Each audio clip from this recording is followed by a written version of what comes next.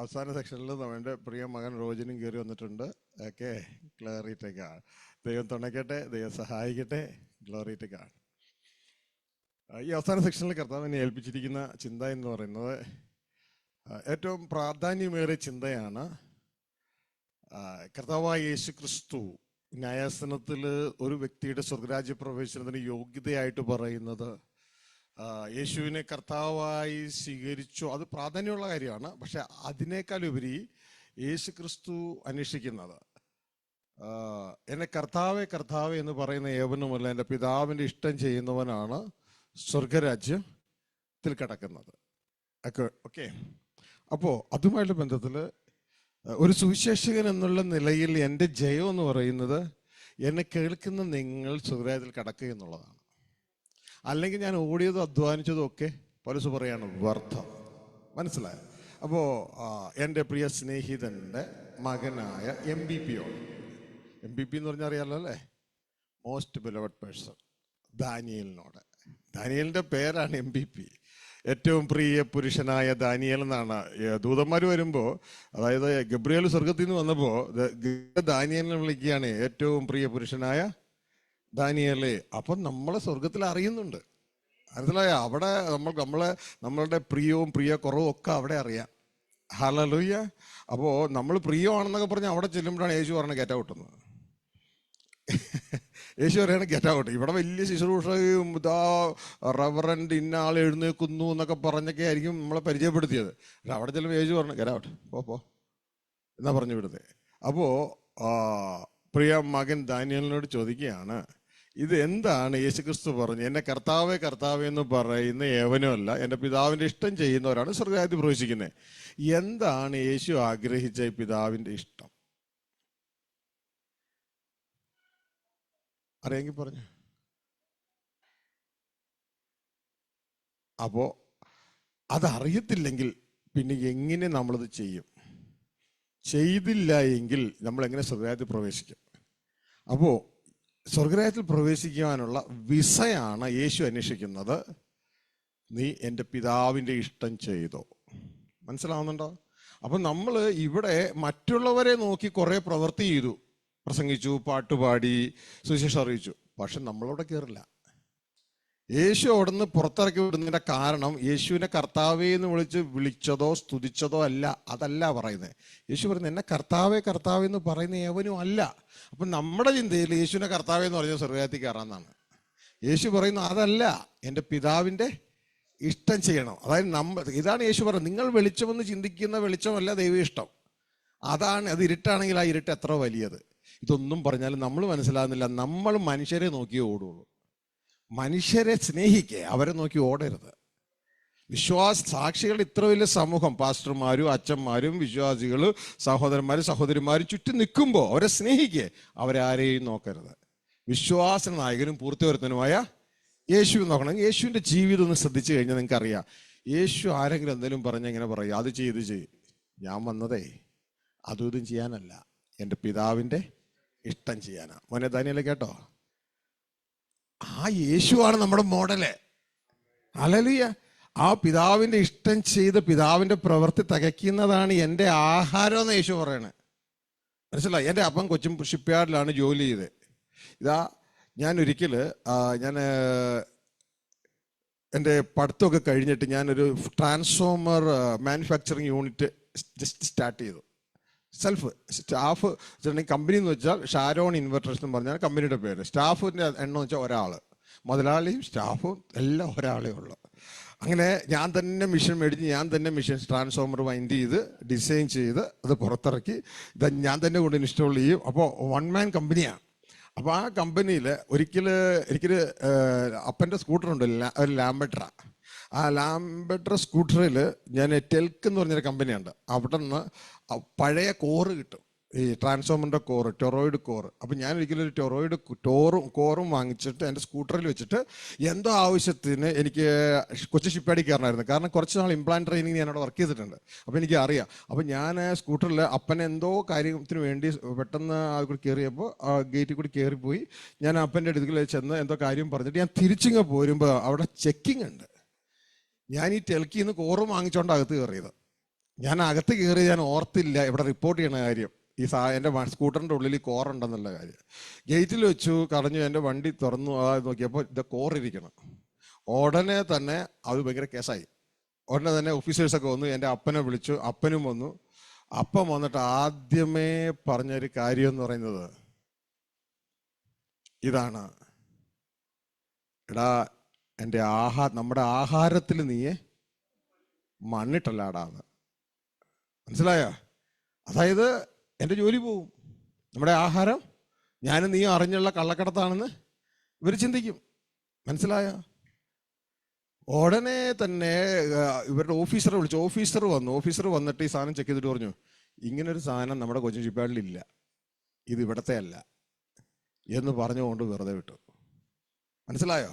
Officer അകത്തുനിന്ന് വന്നിട്ട് പറഞ്ഞ് ഇങ്ങനൊരു സാധനം കൊച്ചിൻ ഷിപ്പ്യാർഡിൽ ഇല്ല, കൊച്ചിൻ ഷിപ്പ്യാർഡിൽ ട്രാൻസ്ഫോമറിൻ്റെ കോർ അസംബ്ലി ഒന്നും ഇല്ല. അതുകൊണ്ട് അന്ന് രക്ഷപ്പെട്ടു. പക്ഷെ എൻ്റെ അപ്പം പറഞ്ഞ വേട് ഓർക്കുന്നുണ്ടോ? എടാ എൻ്റെ ആഹാരത്തിൽ നീ മണ്ണിട്ടല്ലോ എടാ, അല്ലേ? യേശു പറഞ്ഞതെന്നറിയാമോ? എൻ്റെ ആഹാരം ഏതാണെന്നറിയാമോ? എൻ്റെ പിതാവിൻ്റെ ഇഷ്ടം ചെയ്ത ആ പ്രവൃത്തി തികയ്ക്കുന്നതാണ് എൻ്റെ ആഹാരം. അതാണ് എൻ്റെ നിലനിൽപ്പ്. മനസ്സിലാവുന്നുണ്ടോ? എൻ്റെ നിലനിൽപ്പ് അതാ. ഇതാ യേശു പറയുന്നത് യോഹന്നാൻ 8:29, ഞാൻ എപ്പോഴും എന്നെ അയച്ചവൻ്റെ ഇഷ്ടം ചെയ്യുന്നത് കൊണ്ട് എൻ്റെ പിതാവിനെ ഏകനായി വിട്ടിട്ടില്ല. മനസ്സിലാവുന്നുണ്ടോ? അപ്പൊ എപ്പോഴും അപ്പൻ്റെ ഇഷ്ടം ചെയ്യുന്ന ഒരു മകനാണ് ക്രിസ്തു, നമ്മുടെ റോൾ മോഡൽ. അപ്പൻ്റെ ഇഷ്ടത്തിന് ഇടത്തോട്ടോ വലത്തോട്ടോ ഇല്ല. അപ്പൊ പ്രിയ സഹോദരങ്ങളെ, ആ അപ്പൻ്റെ ഇഷ്ടം എന്താന്ന് നമ്മൾ അറിയണം. ആ അപ്പൻ്റെ ഇഷ്ടം എങ്ങനെയാണ് പ്രവർത്തിക്കുന്നതെന്ന് അറിയണം. അതറിഞ്ഞിട്ട് നിങ്ങൾക്ക് വേണ്ടി പ്രാർത്ഥിച്ച് തൽക്കാലം നമുക്കിവിടെ പിരിയാം. പിന്നെ നിങ്ങളത് പ്രാവർത്തികത്തിൽ കൊണ്ടുവരണം. ഇപ്പം നമ്മളിവിടെ പാടിയൊരു പാട്ടൊക്കെ അതുമായിട്ടുള്ള ബന്ധത്തിലാണ്. അതായത് ഇനി ജീവിതം കീഴെ നിന്നല്ല, ഇനി നമ്മുടെ ജീവിതം ഉയരത്തിൽ നിന്ന് തുടങ്ങണം. ഇനി ദൈവത്തിൻ്റെ ഇഷ്ടം എന്താണെന്ന് പറഞ്ഞാൽ, കുഞ്ഞുങ്ങളെ, ദൈവത്തിൻ്റെ ഇഷ്ടം നമ്മൾ ഓരോരുത്തരും ഇപ്പം മനുഷ്യപുത്രന്മാരാ, നമ്മൾ ദൈവപുത്രന്മാരായി ദൈവത്തിൻ്റെ തലമുറയായി മാറണം. ഇന്ന് നമ്മൾ വീണുപോയ ആദത്തിൻ്റെ തലമുറയാണ്. അതിൽ പിശാച് കയറിപ്പിടിച്ചു. ഇന്ന് നമ്മൾ ശരിക്കും നമ്മളെ വെളിപ്പെടുത്തുന്നില്ല. വെളിപ്പെട്ടാൽ നമ്മൾ പിശാചിൻ്റെ സ്വഭാവം വെളിപ്പെടുത്തും. വെളിപ്പെട്ടാൽ ഇന്ന് നമ്മൾ വെളിപ്പെടാതിരിക്കുന്നതിൻ്റെ കാരണം നിയമങ്ങൾ കൊണ്ട് നമ്മളുടെ മനസ്സിനെ ബ്ലോക്ക് ചെയ്തിരിക്കുക. ചില സമയത്ത് നിയമങ്ങളൊന്നും ഇല്ലാതെ ആകുമ്പോൾ നമ്മളങ്ങ് പൊട്ടിത്തെറിച്ചാൽ നമ്മളിലൂടെ പിശാചിനെ കാണാൻ പറ്റും. എൻ്റെ ദൈവം, ഇങ്ങനെ ഒരു മനുഷ്യൻ ഇയാളുടെ ഉള്ളിലുണ്ടായിരുന്നോ? ചില പറഞ്ഞേക്കാം. ആ സമയത്താണ് കൊലപാതകം നടക്കണം, പല വിഷയങ്ങൾ നടക്കണം, തല്ലി പൊട്ടിക്കണത്, പൊളിച്ചു കളയണത്. കാരണം അതാണ് നമ്മൾ. പക്ഷെ ആ നമ്മൾ വെളിപ്പെടാതിരിക്കുന്നതിൻ്റെ കാരണം നിയമങ്ങളാണ്. മനസ്സിലായോ? നിയമങ്ങൾ കൊണ്ട് നമ്മൾക്ക് ഉടുപ്പിടിപ്പിച്ചിരിക്കുക. ഇതാണ്ട് ഈ ചുരിദാർ, ഷർട്ട് ഇല്ലേ, ഇതേപോലെ തന്നെ ഇത് ശരീരത്തിൻ്റെ മുകളിൽ നിയമങ്ങൾ കൊണ്ട് ഉടുപ്പിടിപ്പിക്കുക. ഇതാണ് ന്യായപ്രമാണം എന്ന് പറയുന്ന സംഭവം. ഈ ന്യായപ്രമാണം അല്ലാതെ തന്നെ വീട്ടിൽ നമ്മൾ ജനിച്ചു കഴിയുമ്പോൾ തന്നെ അപ്പനും അമ്മയും നിയമങ്ങൾ കൊണ്ട് പൊതിയാൻ തുടങ്ങും നമ്മൾ. എടാ അങ്ങനെ ചെയ്യരുതടാ, ഇങ്ങനെ ചെയ്യണോടാ, ഒരാൾ വരുമ്പോൾ ഇങ്ങനെ ചെയ്യണം. ഇതാ ഒരു വീട്ടിൽ ചെല്ലുമ്പോൾ ഞങ്ങൾ കണ്ടിട്ടുണ്ട്, രണ്ട് മക്കളാ, ചേട്ടനനിയൻ്റെ മക്കളാ. ഒരിടത്ത് ചെല്ലുമ്പോൾ മോനി എന്ന് പറഞ്ഞാൽ ആ കൊച്ചു കറുത്തൊരൊറ്റയായിട്ട് ഇട്ടിക്കും. പക്ഷെ വേറൊരിടത്ത് അതേ സമയത്ത് മറ്റൊരു വീട്ടിൽ ചെല്ലുമ്പോൾ ഇതാ അങ്ങോട്ട് ചെല്ലണ്ട, അതിനൊരു ഇങ്ങനെ വരും, ഈശോ മിശിഹായ്ക്ക് സ്തുതിയായിരിക്കട്ടെ. രണ്ട് കൊച്ചുകുട്ടികളാ, ഈശോ മിശിഹായ്ക്ക് സ്തുതിയായിരിക്കട്ടെ. അപ്പൊ ഇവരിതൊക്കെ എങ്ങനെയാ പഠിക്കണേ? ശ്രദ്ധിച്ച്, എങ്ങനെയാണ് അവരുടെ വീട്ടില് പഠിപ്പിക്കണേ? അതേപോലെയാണ് ഒരാൾ വരുമ്പോൾ ഇങ്ങനെ പ്രവർത്തിക്കണം, അല്ലെങ്കിൽ നിങ്ങൾ അവരുടെ മുമ്പിൽ നിങ്ങളുടെ ആ സ്വഭാവം ഈ രീതിയിൽ പ്രദർശിപ്പിക്കണം. യഥാർത്ഥത്തിൽ ആ കുഞ്ഞുങ്ങളുടെ സ്വഭാവം അതൊന്നുമല്ല. പക്ഷെ ഇങ്ങനെ അഭിനയിച്ച് അല്ലെന്നുണ്ടെങ്കിൽ പഠിപ്പിച്ച് ഒരു ഡിസിപ്ലിൻ ആക്ഷൻ നമ്മുടെ ജീവിതത്തിൽ കൊണ്ടുവരിക. യഥാർത്ഥത്തിൽ അതൊക്കെ പൊട്ടിപ്പോകുമ്പോൾ നമ്മൾ വെളിപ്പെടും. മനസ്സിലാവുന്നുണ്ടോ? നമ്മൾ വെളിപ്പെടും. അപ്പോൾ നമ്മൾ വെളിപ്പെടുമ്പോൾ നമ്മൾ തനി പിശാച. ഇതുപോലെ തന്നെ ഇതുകൊണ്ട് നമ്മളെ ദൈവം തുടർന്ന് ജീവിക്കാൻ അനുവദിക്കുന്നില്ല. നമ്മൾ മരിക്കും. ഇങ്ങനെയുള്ള വ്യക്തിയെ ദൈവത്തിന് വേണ്ട. ഇനി ദൈവത്തിന് വേണ്ടത് വീണുപോയ മനുഷ്യപുത്രന്മാരെ അല്ല, ദൈവത്തിന് വേണ്ടത് ദൈവപുത്രന്മാരെയാണ്. മനസ്സിലായോ? ദൈവത്തിൻ്റെ ജീവനുള്ള ദൈവപുത്രന്മാരെയാണ് ദൈവത്തിന് വേണ്ടത്. അപ്പോൾ ഇതുമായുള്ള ബന്ധത്തിൽ എന്താണ് ദൈവം ആഗ്രഹിക്കുന്നത്? ദൈവ ഇഷ്ടം. ഇതാണ് ചോദ്യം. അതാണ് ദൈവരാജ്യത്തിൽ കയറാനുള്ള വിസ. ദൈവം അന്വേഷിക്കുന്നത് ദൈവപുത്രന്മാരെയാണ്.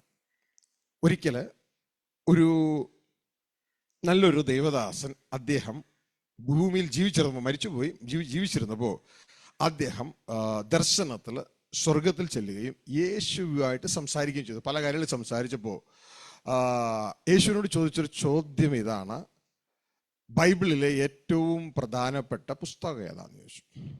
അപ്പോൾ യേശു ക്രിസ്തു ഉത്തരം പറഞ്ഞത് യെശയ്യാ പ്രവാചകന്റെ പുസ്തകമാണ് ഏറ്റവും പ്രധാനപ്പെട്ട പുസ്തകം. പിന്നെ ദൈവം ചോദിക്കാതെ ചില ഉത്തരവും കൂടി തന്നു.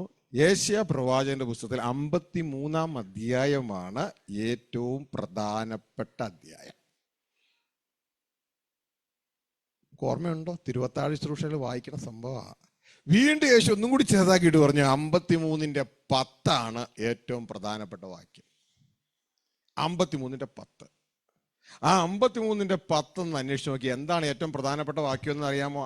കാരണം അതാണ് സ്വർഗരാജ്യത്തിൽ കയറാനുള്ള വിസ. അതാണ് ദൈവ ഇഷ്ടം. അപ്പോൾ ഇനി ഇപ്പം ദാനിയേലും ഈ കൂടെ ഇരിക്കുന്ന ആരും മറക്കരുത്, എന്താണ് ദൈവ ഇഷ്ടം. യെശയ്യാ 53-ന്റെ 10 ദൈവ ഇഷ്ടം എന്താന്ന് പറഞ്ഞിരിക്കണേ.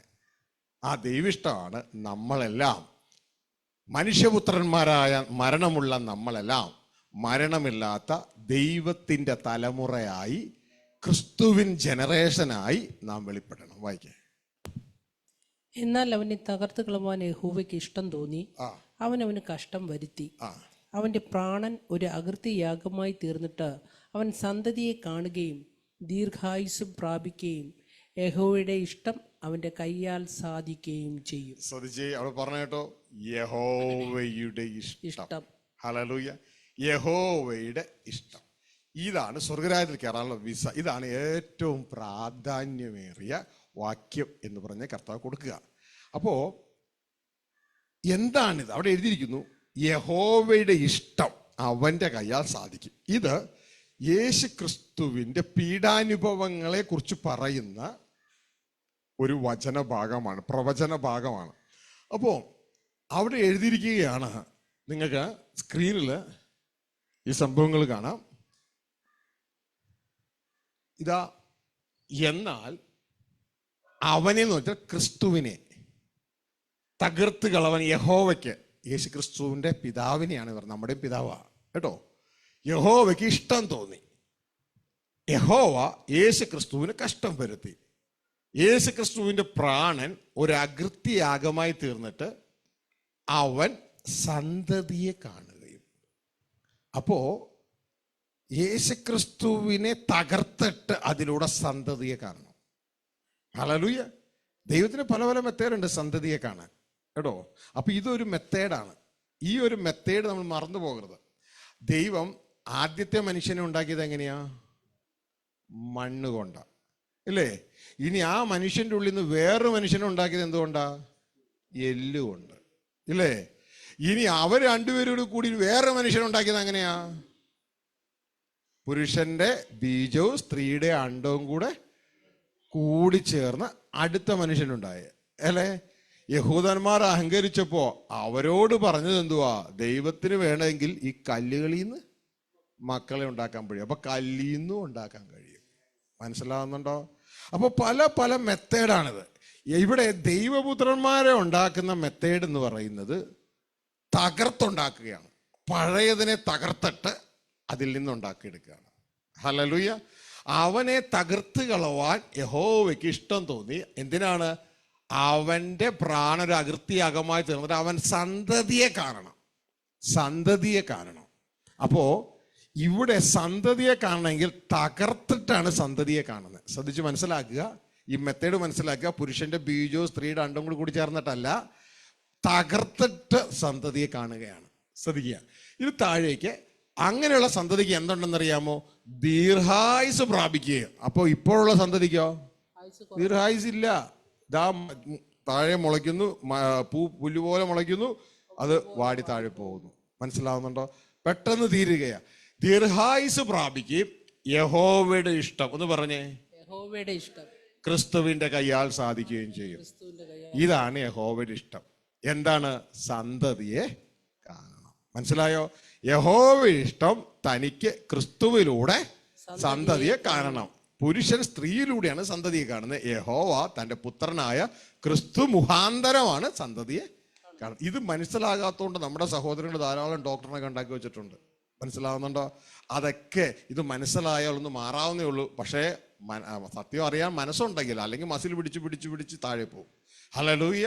അപ്പോ പിതാവായ ദൈവം കാരണഭൂതനാണ്, പുത്രനായ ദൈവം ക്രിസ്തു മുഖാന്തരമാണ്. ഇത് വ്യക്തതയോടെ തിരിച്ചറിയണം. ഇത് വീണ്ടും വചനത്തിൽ പറയുന്നുണ്ട്, ദൈവങ്ങൾ എന്ന് പറയുന്നവർ ആകാശത്തിലും ഭൂമിയിലും ധാരാളമുണ്ട്. മലയാളത്തിൽ ദേവന്മാർ എന്ന് അങ്ങനെയല്ല, ദൈവങ്ങൾ എന്ന് തന്നെയാണ് അതിന്റെ ട്രാൻസ്ലേഷൻ. മനസ്സിലായോ? ആകാശത്തിലും ഭൂമിയിലും എലോഹീമുകൾ എന്ന് പറയുന്നവർ ധാരാളം പേരുണ്ട്. ഇവരുടെ മധ്യേ നമുക്ക് ഒരേ ഒരു എലോഹിമേ ഉള്ളൂ, പിതാവായ എലോഹീം. മനസ്സിലായ? ഒരേ ഒരു ദൈവമേ ഉള്ളൂ, പിതാവായ ദൈവം. എന്നിട്ട് പറയാണ്, അവൻ സകലത്തിനും മുഖാന്തരമെന്നല്ല, അവൻ സകലത്തിനും കാരണഭൂതനാണ്. Starting point. വീണ്ടും പറയാണ് യേശുക്രിസ്തുവിനെ കുറിച്ച്. യേശുക്രിസ്തു എന്ന ഏക കർത്താവ് നമുക്കുണ്ട്. എങ്ങനെ? അനേക കർത്താക്കന്മാരുടെ നടുവിൽ. ഹല്ലേലൂയ. അവൻ സകലത്തിനും കാരണഭൂതൻ എന്നല്ല, അവൻ സകലത്തിലും മുഖാന്തരമാണ്. ഹല്ലേലൂയ. അപ്പോൾ ഈ കാരണഭൂതനെയും മുഖാന്തരയും തിരിച്ചറിഞ്ഞാൽ തന്നെ നമ്മുടെ ജീവിതത്തിൽ, ആത്മീയ ജീവിതത്തിൽ വലിയൊരു ആശ്വാസമായി. ഹല്ലേലൂയ. ഇത് 1 കൊരിന്ത്യർ 8:5, 6, 7 പറയണം. എന്നിട്ട് പറയാണ്, ഈ അറിവ് എല്ലാവർക്കും ഇല്ല. അപ്പോ ഈ അറിവ് എല്ലാവർക്കും വേണം. ഹല്ലേലൂയ. അപ്പോ കാരണഭൂതനായ പിതാവ്, മുഖാന്തരമായ ക്രിസ്തു, ഒരു ദൈവ ഫാമിലിയാണിത്. ഗോഡ്സ് ഫാമിലിയിൽ, മനുഷ്യന്റെ കുടുംബത്തിൽ എല്ലാവരും മനുഷ്യരല്ലേ? ദൈവത്തിന്റെ കുടുംബത്തിൽ എല്ലാവരും ദൈവമാണ്. ഹല്ലേലൂയ. ഒന്ന് പിതാവാണ്, മറ്റത് പുത്രനാണ്. പിതാവ് കാരണഭൂതനാണ്, പുത്രൻ മുഖാന്തരമാണ്. ഇനി ആ പുത്രനിലൂടെ ഈ പുത്രനെ പോലെയുള്ള അനേകരെ ഉണ്ടാക്കാനാണ് ദൈവം പോകുന്നത്. മനസ്സിലാവുന്നുണ്ടോ? ഹല്ലേലൂയ. അങ്ങനെ അതെങ്ങനെയാണ്? പുത്രനെ തകർത്തിട്ടാണ് ഉണ്ടാക്കാൻ പോകുന്നത്. അവനെ തകർത്ത് കളഞ്ഞിട്ട് സന്തതിയെ കാണണം. മലയാളത്തിൽ എഴുതി വെച്ചിരിക്കുക. ഇംഗ്ലീഷിലാണെന്നുണ്ടെങ്കിൽ അവിടെ എഴുതിയിരിക്കുന്നു, ഇതാ ദൈവത്തിന് തൻ്റെ സീഡിനെ, ഇതാ കാണുന്ന, he shall see his seed എന്ന് എഴുതി വെച്ചേക്കണേ. തൻ്റെ സീഡ്, തൻ്റെ ഓഫ് സ്പ്രിങ് എന്നാണ് അതിൻ്റെ അർത്ഥം. അതായത് നിങ്ങൾക്ക് ബയോളജി ഒക്കെ പഠിക്കുമ്പോൾ അറിയാം, ഓഫ് സ്പ്രിങ് എന്ന് പറയുമ്പോൾ ആ തലമുറയെ കുറിച്ചാണ് ഈ പറയുന്നത്. ഹിന്ദി അറിയാവുന്നവർക്ക് ഇവിടെ ഹിന്ദി എഴുതിയിട്ടുണ്ട്. അവർ എഴുതിയിരിക്കുകയാണ്, തബ് വഹ് അപ്ന വംശ് ദേഖ്ന പായേഗ, തബ് വഹ് അപ്ന വംശ്. ദൈവത്തിന് തൻ്റെ വംശത്തെ കാണണം, തൻ്റെ തലമുറയെ കാണണം, തൻ്റെ ജീനിയോളജിയെ കാണണം. മനസ്സിലാവുന്നുണ്ടോ? നമ്മൾ പിള്ളേരൊക്കെ കല്യാണം കഴിക്കുമ്പോൾ കാരണവന്മാരൊക്കെ പറയാറില്ലേ, ഇനി നിന്റെ ഒരു കുഞ്ഞിനെ കണ്ടിട്ട് വേണം എനിക്ക് കണ്ണടയ്ക്കാൻ, അല്ലേ? കുഞ്ഞിനെ കണ്ടിട്ട് തലമുറയെ കാണണം. ദൈവത്തിൻ്റെ ആഗ്രഹം തൻ്റെ തലമുറയെ കാണണം, ക്രിസ്തുവിലൂടെ തൻ്റെ മക്കളെ കാണണം. മനസ്സിലായോ? ഇതാണ് ദൈവ ഇഷ്ടം. ഇനി ആരെങ്കിലും മറക്കുമോ? ഇതാണ് അവിടെ അന്വേഷിക്കണം. എന്നെ കർത്താവേ കർത്താവേ എന്ന് പറയുന്നവനല്ല, എൻ്റെ പിതാവിൻ്റെ ഇഷ്ടം ചെയ്യുന്നവനെ സ്വർഗരാജ്യത്തിൽ കടക്കുള്ളൂ. എൻ്റെ പിതാവ് അന്വേഷിക്കുന്നത് ദൈവപുത്രന്മാരെയാ. ഹല്ലേലൂയ. പക്ഷെ നമ്മൾ ഈ ഭൂമിയിൽ ജനിച്ചത് മരണമുള്ള മനുഷ്യപുത്രന്മാരായിട്ടാണ്. ഹല്ലേലൂയ. ഈ മരണമുള്ള മനുഷ്യപുത്രന്മാർ അവർ ഷോർട്ടായുസ് ഉള്ളവരാ. അവർക്ക് ഇവിടുന്ന് ദീർഘായുസ് കിട്ടാനുള്ള മെത്തേഡാണ് തൻ്റെ മകനായ ക്രിസ്തു. ഇതാണ് ക്രിസ്തു പറയുന്നത്, എന്നെ തിന്നുന്നവൻ മരിച്ചാലും ജീവിക്കും. ഹല്ലേലൂയ. അപ്പോ നിത്യജീവൻ കൊടുക്കുന്ന ദൈവത്തിന്റെ ക്യാപ്സ്യൂളാണ് ക്രിസ്തു. ഹല്ലേലൂയ. ആ ക്രിസ്തുവിലൂടെ നമ്മളിന്ന് പ്രവേശിച്ചു കഴിഞ്ഞാൽ അതൊരു ഇൻക്യുബേറ്ററിന് തുല്യമാണ്. നമ്മൾ കേറുന്നത് മനുഷ്യപുത്രന്മാരായിരിക്കും, ഇറങ്ങുന്നത് ദൈവപുത്രന്മാരായിട്ടായിരിക്കും. ഹല്ലേലൂയ.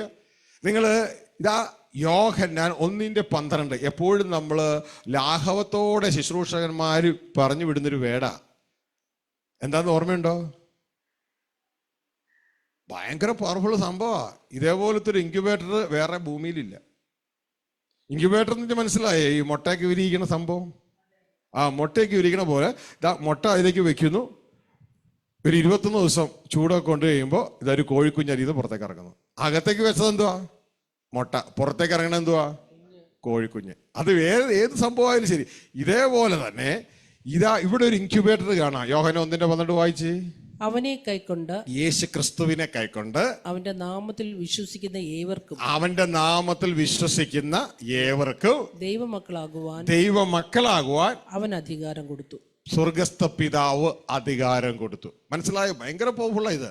അതായത് യേശു ക്രിസ്തുവിനെ കൈക്കൊണ്ട് യേശു ക്രിസ്തുവിന്റെ നാമത്തിൽ വിശ്വസിക്കുന്ന ഏവർക്കും ദൈവമക്കളാകാൻ അവൻ അധികാരം കൊടുത്തു. സ്വർഗത്തിലെ അപ്പൻ അധികാരം കൊടുത്തിരിക്കുക. അപ്പോ ഇതുമായുള്ള ബന്ധത്തില് പ്രിയ സഹോദരങ്ങളെ, നാം മനസ്സിലാക്കേണ്ട കാര്യം എന്ന് പറയുന്നത്, ഇതാ ഈ യേശു ക്രിസ്തുവിനെ കൈക്കൊണ്ട് അവന്റെ നാമത്തിൽ വിശ്വസിക്കുക എന്ന് പറയുമ്പോ ആ വിശ്വസിക്കുന്ന ഏവർക്കും ഈ ഏവർ ആരാന്നറിയാമോ? പരുന്തുകളാണോ മുയലുകളാണോ? മനുഷ്യർ അല്ലേ? അപ്പോ യേശുക്രിസ്തുവിന്റെ നാമത്തിൽ വിശ്വസിക്കുന്ന ഏത് മനുഷ്യർക്കും, മരണമുള്ള മനുഷ്യർക്കും ആരാകാനുള്ള അധികാരം കൊടുത്തേക്കണേ? ദൈവത്തിന്റെ പുത്രന്മാരാകാനുള്ള അധികാരം കൊടുത്തിരിക്കുക. ശ്രദ്ധിച്ചു കേട്ടോ. അകത്തേക്ക് കേറുന്നത് നേരത്തെ ഇൻക്യുബേറ്ററിൽ മുട്ടയാ, പക്ഷെ പുറത്തേക്ക് ഇറങ്ങണത് കോഴിക്കുഞ്ഞാ. ഇവിടെ യേശുക്രിസ്തുവിൽ വിശ്വസിച്ച് അകത്തേക്ക് കയറുന്ന വിശ്വസിക്കുക. ആരായിട്ട് വിശ്വസിക്കണം? യേശുവിനെ ദൈവപുത്രനായി വിശ്വസിക്കണം. മനസ്സിലായോ? യേശുവിനെ ദൈവപുത്രനായി വിശ്വസിച്ച് അകത്തേക്ക് കയറിയാൽ യേശുവിലൂടെ പുറത്തേക്ക് ഇറങ്ങുന്നത്, കേറിയത് മരണമുള്ള മനുഷ്യപുത്രനാ, പുറത്തിറങ്ങുന്നത് മരണമില്ലാത്ത ദൈവപുത്രനാ.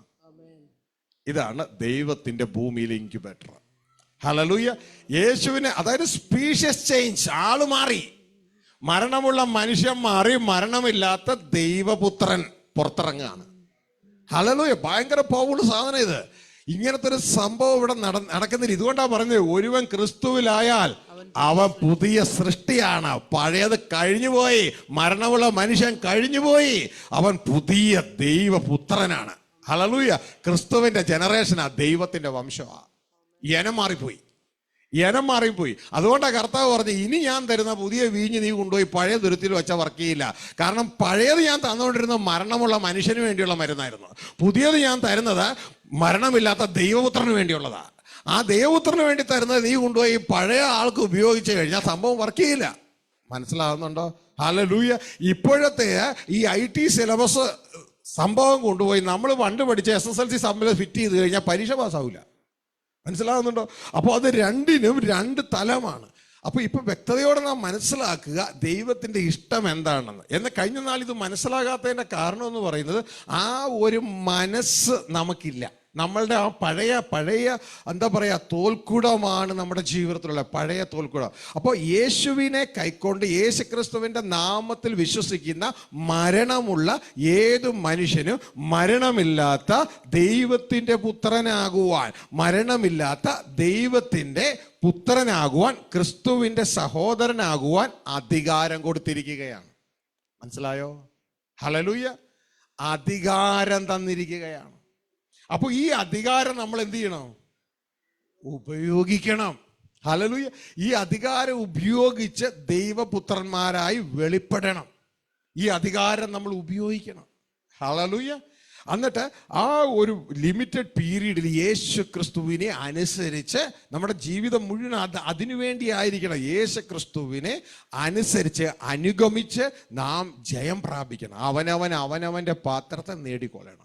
ഹല്ലേലൂയ. അപ്പോൾ തന്നെ പറയുന്നു, അങ്ങനത്തെയുള്ള യാത്രയിൽ തലയെ മുറുകെ പിടിക്കാത്ത ആരെങ്കിലും നിങ്ങളുടെ വിരുത് തെറ്റിക്കരുത്.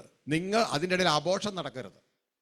തലയെ മുറുകെ പിടിക്കാത്ത ആളാണ് നിങ്ങളെ നയിക്കുന്നതെങ്കിൽ നിങ്ങളുടെ സമ്മാനം പോകും, നിങ്ങൾ അബോട്ട് ചെയ്യപ്പെടും. മനസ്സിലായോ? നിങ്ങൾ ആരായി തീരുമെന്ന് ഇതുവരെ വെളിപ്പെട്ടിട്ടില്ല. ഇതാ ദൈവത്തിന്റെ വചനം പറയുന്നത്. നമ്മൾ ദൈവമക്കളാണ്, പക്ഷേ മോള് ഗർഭിണിയാണ്, പക്ഷെ പ്രസവിക്കുകയോ ഇല്ലേ എന്നുള്ളത് ഇതുവരെയും വെളിപ്പെട്ടിട്ടില്ല. അത് സൂക്ഷിച്ചോളണം. ദൈവത്തിന്റെ വചനം പറയുന്നു, തലയെ മുറുകെ പിടിക്കാത്ത ആരെങ്കിലും നിങ്ങളുടെ വിരുത് തെറ്റിക്കരുത്. ഹല്ലേലൂയ. അത് തെറ്റിക്കരുത്. തലയെ മുറുകെ പിടിക്കുന്ന ഒരു സിസ്റ്റമാണ് ദൈവപുത്രന്മാരുടെ സിസ്റ്റം. അപ്പൊ ദൈവ ഇഷ്ടം എന്താന്ന് മനസ്സിലായില്ലേ? ദൈവ ഇഷ്ടം എന്ന് പറഞ്ഞാൽ മരണമുള്ള മനുഷ്യപുത്രന്മാരിൽ നിന്ന് മരണമില്ലാത്ത ദൈവപുത്രന്മാർ വെളിപ്പെടണം യേശു ക്രിസ്തുവിനെ വിശ്വസിക്കുന്നതിലൂടെ. ഹല്ലേലൂയ. അതിനുള്ള അധികാരം കൊടുത്തിരിക്കുക. അപ്പോൾ നിങ്ങൾ എപ്പോഴും വിശ്വസിക്കേണ്ടത് നിങ്ങളുടെ കയ്യിലുള്ള ബൈബിളാ വിശ്വസിക്കേണ്ടത്. ചുറ്റുമുള്ള ഇവർ എന്തെങ്കിലും പറഞ്ഞതല്ല വിശ്വസിക്കേണ്ട.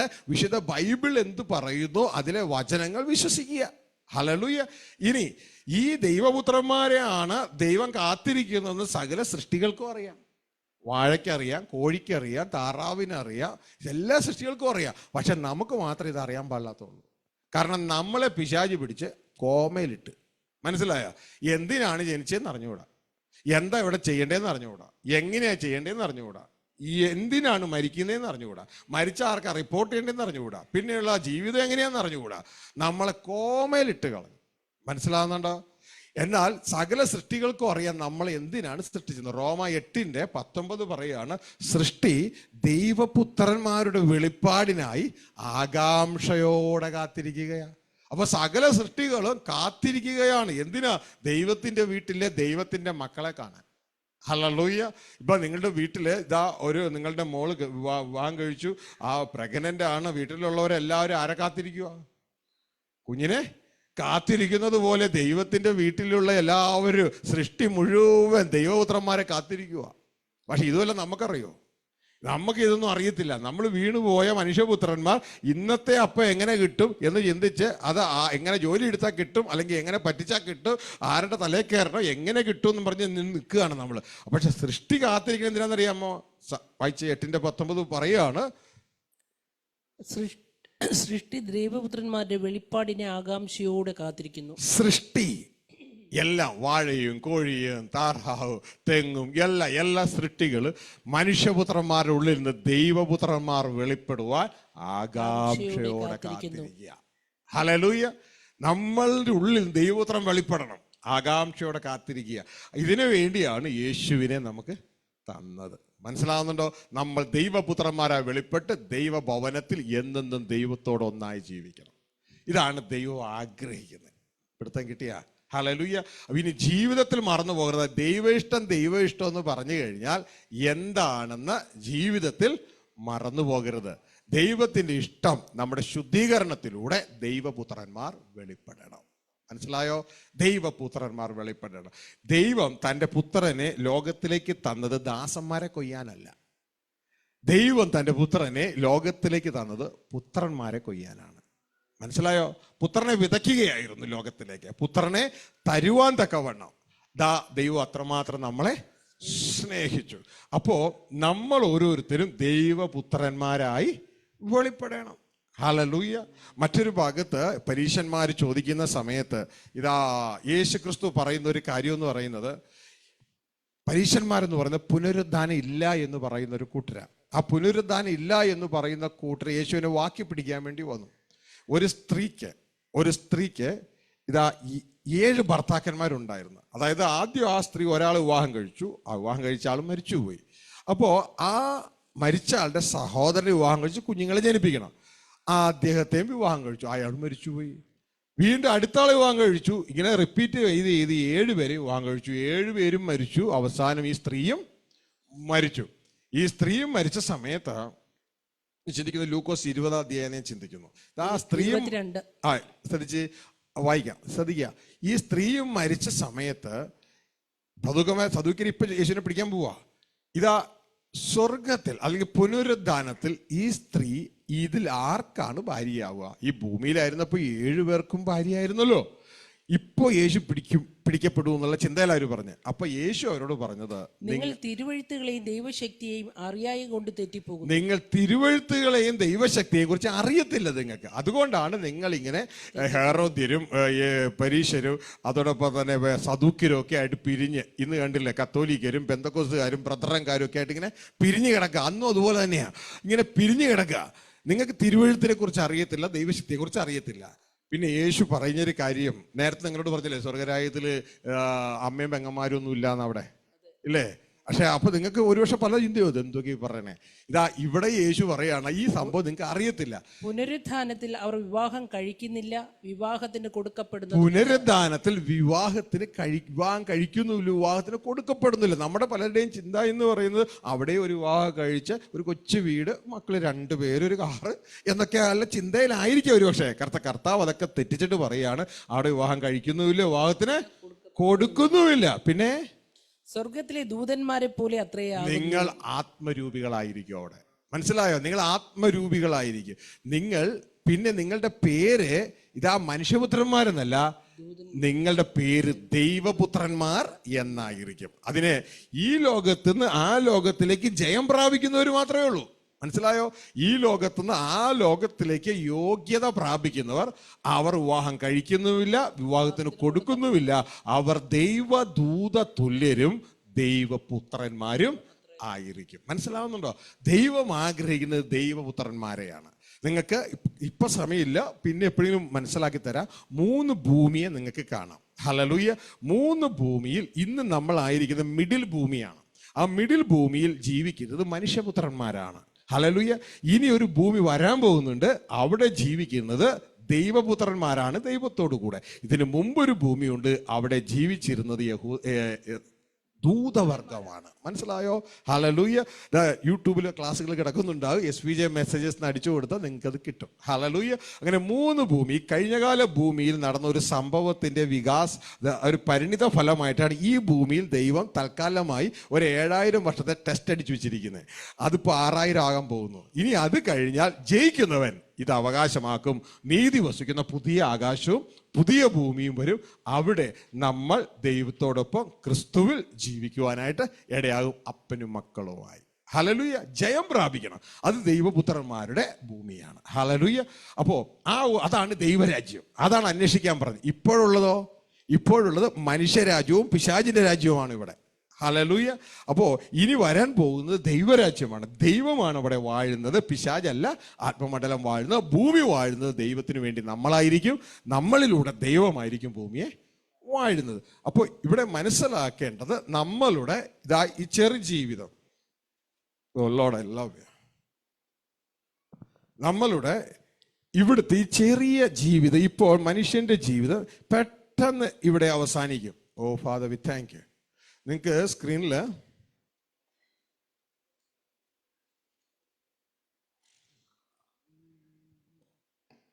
കാണാം.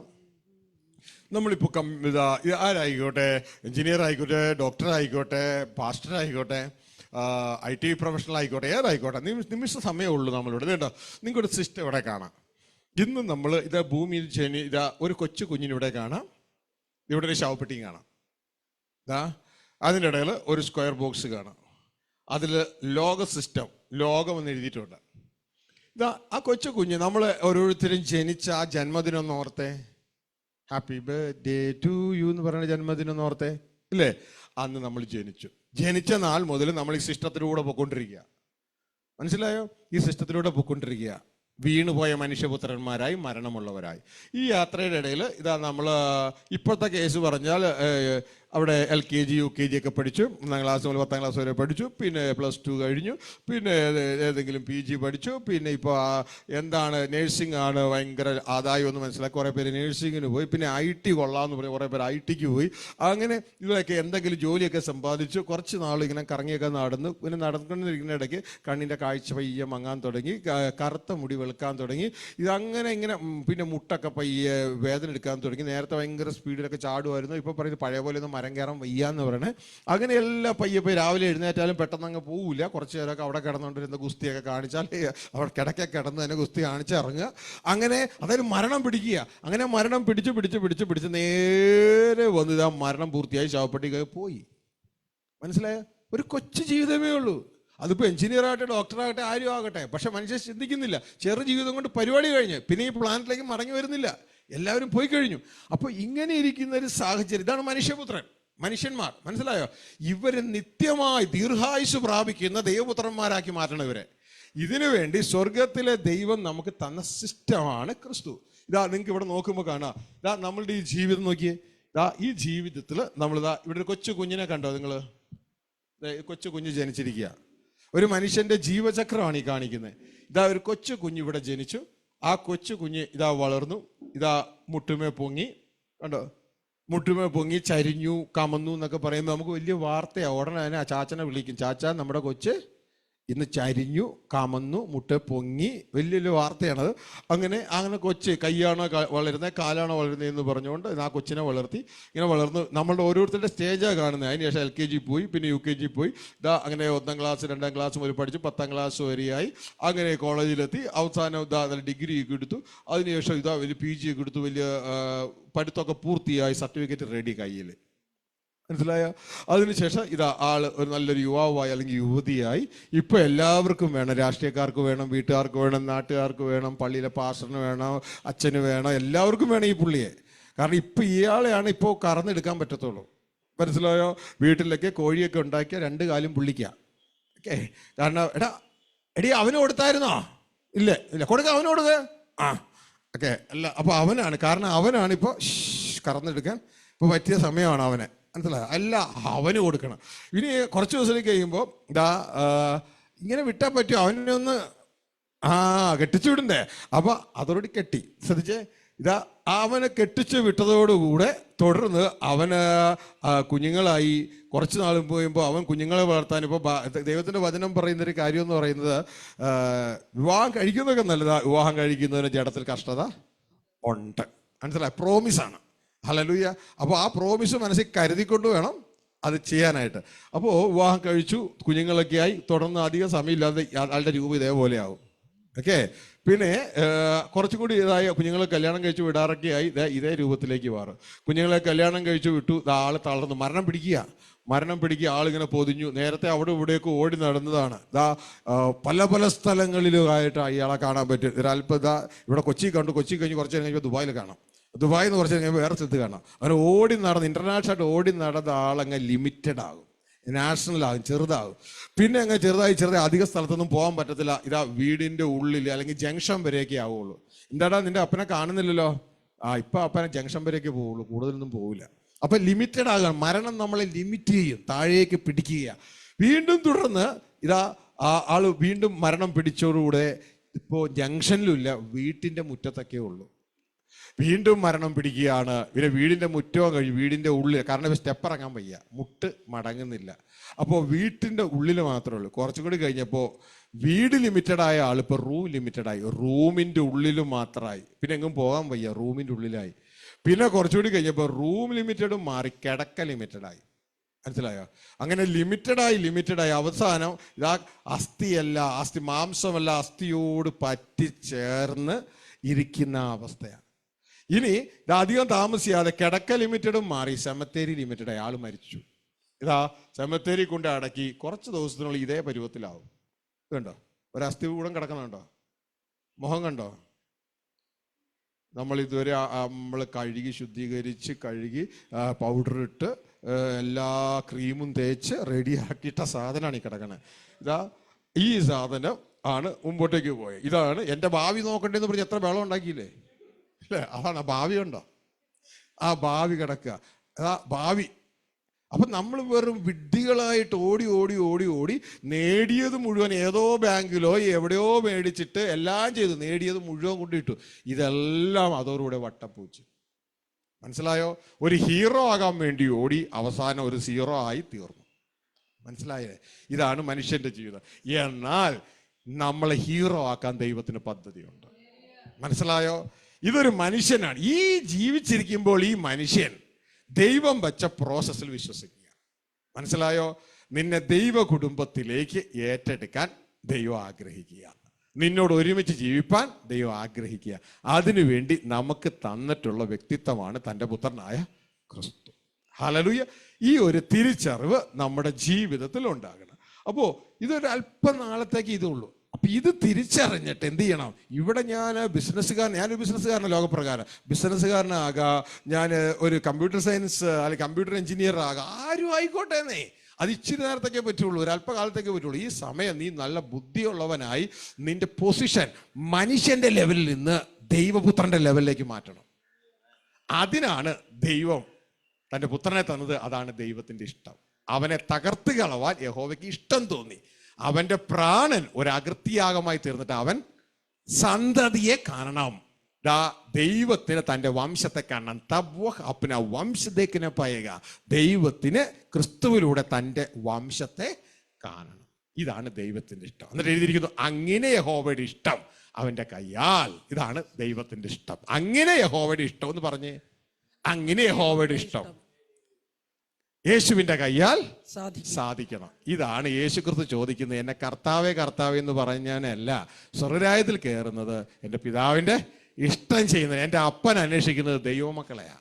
അതുതന്നെയാണ് വെളിപ്പാട് 21:3 21:7 ബൈബിൾ തീരുമ്പോൾ അങ്ങനെ ഇങ്ങനെ എഴുതി വെച്ചേക്കണേ, ജയിക്കുന്നവൻ ഇത് അവകാശമായി കിട്ടും, ഞാൻ അവന് ദൈവവും അവനെനിക്ക് മകനായിരിക്കോ. മകൻ. അപ്പൊ ദൈവം അന്വേഷിക്കണ ആരെയാ? മകനെയാണ് അന്വേഷിക്കുന്നത്.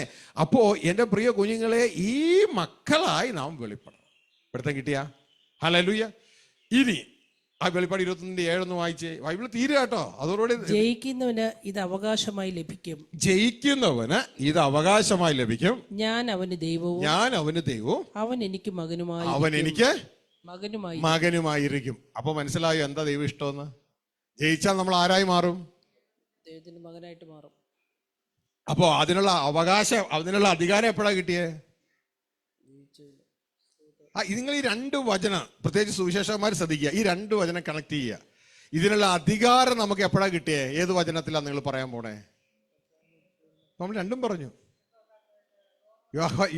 യോഹന്നാൻ 1:12 യേശുവിനെ കൈക്കൊണ്ട് അവന്റെ നാമത്തിൽ വിശ്വസിക്കുന്ന ഏവർക്ക് ദൈവ മക്കളാകാൻ അധികാരം കിട്ടി. എന്താ കിട്ടിയിട്ടുള്ളൂ? അധികാരം കിട്ടിയിട്ടുള്ളൂ.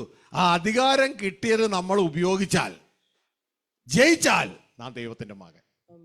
മനസ്സിലാവുന്നുണ്ടോ? ഒരു മെഡിക്കൽ കോളേജിലേക്ക് നിങ്ങൾക്ക് ഒരു അഡ്മിഷൻ കിട്ടി, നിങ്ങളുടെ മകൻ അഡ്മിഷൻ കിട്ടി. അപ്പോൾ ആരാകാനുള്ള അധികാരം കിട്ടിയേ?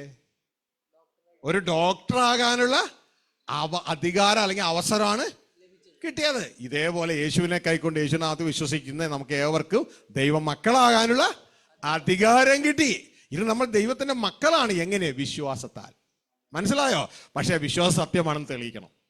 അതിന്റെ പേരാണ് വിശ്വാസത്തിന്റെ പോരാട്ടം. വിശുദ്ധന്മാർക്ക് ഒരിക്കലായി വരമേൽപ്പിച്ചിരിക്കുന്ന വിശ്വാസത്തിന്റെ പോരാട്ടം. ആ പോരാട്ടത്തിൽ ജയിച്ചാൽ ജയിക്കുന്നവൻ ദൈവത്തിന്റെ മകൻ. പിടുത്തം കിട്ടിയ? ഈ 2 വചനം തമ്മിലുള്ള കണക്ഷൻ കണ്ട? യോഹന്നാൻ 1:12 നമുക്ക് ദൈവത്തിന്റെ മകന് അധികാരം കിട്ടി. ഇനി യൂദ ലേഖനത്തിൽ 3-ാം വാക്യം നമ്മൾ രാവിലെ വായിച്ചു. വിശുദ്ധന്മാർക്ക് ഒരിക്കലായി വരമേൽപ്പിച്ച വിശ്വാസത്തിന്റെ പരിശോധന. ഇതാണ് വിശുദ്ധ പൗലോസ് പറയുന്നത്, ഞാൻ നല്ല ഓട്ടം ഓടി, ഓട്ടം തികച്ചു, വിശ്വാസം കാത്തു, ഇനി കിരീടം. അപ്പൊ വിശ്വാസം കാത്താൽ കിരീടമാണ്, കാത്തില്ലേ പോയത് തന്നെ. ഇതാണ് യേശു സംശയം പറഞ്ഞത്. യേശുവിന്റെ സംശയം എന്നാ നിങ്ങൾക്ക് അറിയോ? നമ്മൾ വിചാരിക്കും നമ്മൾ മാത്രം സംശയക്കാരൻ. യേശു ഭയങ്കര സംശയക്കാരനാ. യേശു പറഞ്ഞൊരു കാര്യം ഇങ്ങനെയാണ്, ദൈവപുത്രൻ മനുഷ്യപുത്രൻ വരുമ്പോൾ ഭൂമിയിൽ വിശ്വാസം കണ്ടെത്തുമോ? അപ്പൊ എന്നെ കാണാൻ ആഗ്രഹിക്കുന്നു വിശ്വാസം. പക്ഷെ ഇക്കണക്കിന് പോയാൽ ആരെയും കാണത്തില്ല. എന്തെങ്കിലും വരുമ്പോ അതിന്റെ പുറകെ ജനം ഓടും. കാരണം ഈ വയറും ജഡവുമായിട്ട് ബന്ധത്തിൽ എന്തെങ്കിലും പറഞ്ഞാൽ അതിന്റെ പുറകെ ജനം ഓടും. മനസ്സിലായോ? ഇതാ ഞാൻ പലപ്പോഴും ഇപ്പൊ കേൾക്കാറുള്ള കാര്യം, ഗർഭാപ്പസിയാണ്. നോർത്ത് ഇന്ത്യയിൽ മൊത്തം ഗർഭാപ്പസി നടന്നുകൊണ്ടിരിക്കുകയെന്ന് കേട്ടെ. അല്ല, തിരിച്ചു പോവുക. കാരണം യേശു പറഞ്ഞ ദൈവരാജ്യ സുവിശേഷം പറയാതെ യേശുവിനെ പറഞ്ഞു. അതാണ് പറ്റിയ പറ്റ്. യേശു പറഞ്ഞ ദൈവരാജ്യ സുവിശേഷം പറഞ്ഞിരുന്നെങ്കിൽ ഈ ജനം നല്ലൊരു പങ്ക് നിന്നേനെ. ദൈവരാജ്യ സുവിശേഷം പറയാതെ യേശുവിനെ നീ രക്ഷകനായി സ്വീകരിച്ചാൽ നീ അങ്ങ് അനുഗ്രഹിക്കപ്പെടുവടാ. നിന്റെ വീട് അനുഗ്രഹിക്കപ്പെടും, നിന്റെ ജോലി അനുഗ്രഹിക്കപ്പെടും, അതൊക്കെ അനുഗ്രഹിക്കപ്പെടും. ഇപ്പൊ പറയണ അങ്ങനെയല്ല. യേശുവിനെ വിട്ട് കളഞ്ഞില്ലെങ്കിൽ നിന്റെ ജോലിയും പോവും, നിനക്ക് പാലും തരൂല, പിന്നെ നിനക്ക് റേഷൻ തരൂല, ഒരു സാധനം തരില്ല എന്ന് പറയുമ്പോൾ ഇവര് യേശുവിനെ കളഞ്ഞിട്ട് റേഷന്റെ പുറകെ പോവാണ്. സത്യസുവിശേഷം പറയാത്തതിന്റെ ശാപമാണ് മൊത്തം. മനസ്സിലാവുന്നുണ്ടോ? ഹല്ലേലൂയ. ഇതാണ് ഈ നടന്നുകൊണ്ടിരിക്കുന്നത്. ഇനിയിപ്പോ ഇതെല്ലാം കഴിഞ്ഞിട്ട് മാർക്കോദ ബീസ്റ്റ് എന്ന് പറഞ്ഞ സാധനം കയറി വരുമ്പോ അതില്ലാതെ വിൽക്കാനും വാങ്ങാനും പറ്റത്തില്ലെന്ന് പറയുമ്പോൾ ഇത് നിങ്ങൾ ഒറ്റെണ്ണത്തിനും കാണത്തില്ല ദൈവരാജ്യ സുവിശേഷം കേട്ടവനല്ലാതെ. ദൈവരാജ്യ സുവിശേഷം ഈ ഭൂമിയിൽ കിട്ടുന്നതിനെ കുറിച്ചല്ല പറയുന്നത്, അടുത്ത ഭൂമിയിലേക്കുള്ളതിനാ പറയുന്നത്. മനസ്സിലായോ? അത് നിന്റെ പ്രാണനെ കളഞ്ഞാൽ നീ നേടുന്നതാ. ഹല്ലേലൂയ. അപ്പൊ റൈറ്റ് ആയിട്ടുള്ള സുവിശേഷം അറിയിക്കാൻ നാം ബാധ്യസ്ഥരാണ്. ഈ ജനം ക്രിസ്തുവിന് വേണ്ടി തങ്ങളുടെ പ്രാണനെ കളയാൻ തക്കവണ്ണം ഒരുക്കകത്തുണ്ടാകണം. ഹല്ലേലൂയ. അവർ ജീവപര്യന്തം തങ്ങളുടെ പ്രാണനെ സ്നേഹിച്ചതുമില്ല. അതുകൊണ്ട് അതാ അവർ പിശാചിനെ ജയിച്ചു. അതേ രീതിയിൽ വളരണം. അപ്പോ ഇവിടെ മനസ്സിലാക്കേണ്ട ഈ കാര്യം എന്ന് പറയുന്നത്, ദൈവം ആഗ്രഹിക്കുന്നത് ദൈവപുത്രന്മാരെയാ. ദൈവത്തിന്റെ ഇഷ്ടം ദൈവപുത്രനാണ്. അപ്പോൾ യേശു എന്തുകൊണ്ട് ഈ ദൈവദാസന്മാരെ യേശുവിനെ കർത്താവ് എന്ന് പറഞ്ഞൊരു അകത്ത് കയറ്റിയില്ല എന്ന് വെച്ചാൽ ഒറ്റ കാര്യം യേശു പറയുന്നുള്ളൂ, എന്നെ കർത്താവേ കർത്താവ് എന്ന് പറയുന്നവനല്ല, എൻ്റെ പിതാവിൻ്റെ ഇഷ്ടം ചെയ്യുന്നവനാണ് സ്വർഗ്ഗരാജ്യത്തിൽ കയറുന്നത്. എൻ്റെ പിതാവിൻ്റെ ഇഷ്ടമോ എന്നിലൂടെ പിതാവിന് സന്തതിയെ കാരണം. സർവ്വ സൃഷ്ടികൾ ഈറ്റുന്ന ഓടെ അതിനുവേണ്ടി കാത്തിരിക്കുകയാണ്. ദൈവപുത്രന്മാരുടെ വെളിപ്പാടിനായി കാത്തിരിക്കുന്നത്. ജയിക്കുന്നവൻ ഇത് അവകാശമായി കിട്ടും. ഞാൻ അവന് ദൈവവും അവൻ എനിക്ക് മകനുമായിരിക്കും. ഇനി രാത്രിയില്ല, കണ്ണുനീരില്ല, പിന്നെ അങ്ങ് കയറി പോവുകയാണ് നിത്യമായ ദൈവ കുടുംബം. മനസ്സിലാവുന്നുണ്ടോ? ഹല്ലേലൂയ. അപ്പോൾ ഇത് നിങ്ങൾക്ക് മനസ്സിലായല്ലോ. ഇനി മാറിപ്പോകരുത്. ഇത് ഇവിടുന്ന് പുറത്തിറങ്ങിയ ഈ സാധനം അകത്ത് നിൽക്കത്തില്ല നിങ്ങൾക്ക്.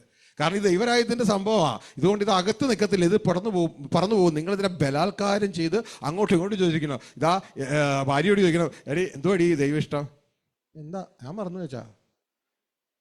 അപ്പോൾ ഭർത്താവ് പറഞ്ഞു കൊടുക്കണം, ദൈവം ഇഷ്ടം എന്ന് പറഞ്ഞാൽ അപ്പനെ വംശത്തേക്കിനെ പയക, ദൈവത്തിന് തൻ്റെ വംശത്തെ കാരണം ക്രിസ്തുവിലൂടെ. അങ്ങോട്ടും ഇങ്ങോട്ടും ചോദിക്കണം. അതിൽ ബലം പിടിച്ച് ഓരോരുത്തരുടെ ഉള്ളിൽ നിർത്തണം ഈ സാധനത്തിനെ, ഈ സംഭവത്തെ നിർത്തണം. അല്ലെങ്കിൽ ഇത് തട്ടി താഴെ പോകും, പിശാച് ഇതെടുത്ത് കളയും. ഇനി ഈ ദൈവപുത്രന്മാരുടെ പ്രവർത്തനം എങ്ങനെയാണെന്നും കൂടെ ഒന്ന് പറഞ്ഞിട്ട് പ്രാർത്ഥിച്ച് അവസാനിപ്പിക്കുക. ഹല്ലേലൂയ. ഈ ദൈവപുത്രന്മാരുടെ പ്രവർത്തനമാണ് നിങ്ങളിപ്പോൾ കുറച്ച് ഒരു പാട്ട് പാടിയില്ലേ. ഹല്ലേലൂയ. ആ പാട്ട് പാടിയ ഇങ്ങനെയാണ്: ജയജീവിതം ആഗ്രഹിക്കും പൈതലേ നീയത് മനസ്സിലാക്കൂ, കീഴെ നിന്നല്ല ജയജീവിതം, ഉയരത്തിൽ നിന്നാണ് ജയജീവിതം. കീഴെ നിന്ന് ജീവിക്കുന്നവർ മനുഷ്യപുത്രന്മാരാ, ഉയരത്തിൽ നിന്ന് ജീവിക്കുന്നത് ദൈവപുത്രന്മാരാ. ഇനി നമ്മുടെ ജീവിതം മാറ്റണം. താഴെ നിന്നുള്ള ജീവിതം മാറി ഉയരത്തിലുള്ള ജീവിതം തുടങ്ങണം. ഇതുകൊണ്ടാണ് കൊളോസ്യ ലേഖനം 3:1-2 ഭാഗങ്ങളിൽ പറയുന്നത്, നിങ്ങൾ ക്രിസ്തുവിനോടുകൂടി ഉയർത്തെഴുന്നേറ്റിരിക്കുന്നുവെങ്കിൽ ഇനിയും ഭൂമിയിലുള്ളതല്ല ഉയരത്തിലുള്ള തന്നെ ചിന്തിപ്പിൻ. അതായത് ഉയരത്തിൽ നിന്ന് ചിന്തിക്കാനായി പറയണേ. ഇനി താഴെ നിന്നല്ല, ഉയരത്തിൽ നിന്ന് നിങ്ങൾ ചിന്തിക്കുവാനായിട്ട് ഇടയാകണം. ഓ ഫാദർ വി താങ്ക് യു. വായിച്ചോളൂ.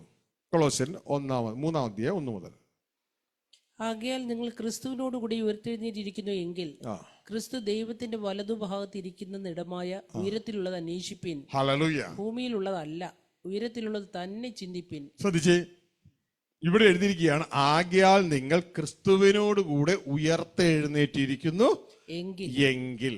ഹല്ലേലൂയ. അതിന്റെ അർത്ഥം നിങ്ങൾ ദൈവപുത്രന്റെ കോഴ്സിൽ എൻറോൾ ചെയ്തിട്ടുണ്ടെങ്കിൽ, യേശുവിനെ കൈക്കൊണ്ട് യേശുവിനകത്ത് വിശ്വസിക്കുന്ന ഏവർക്ക് ദൈവപുത്രന്മാരാൽ അധികാരം കൊടുത്തല്ലോ. അവർ മാത്രം മതി, എല്ലാവരും വേണ്ട. മറ്റുള്ളവർ പിന്നെ മരിക്കാനുള്ളതാ, പോയി അങ്ങനെ തന്നെ ജീവിച്ചോ.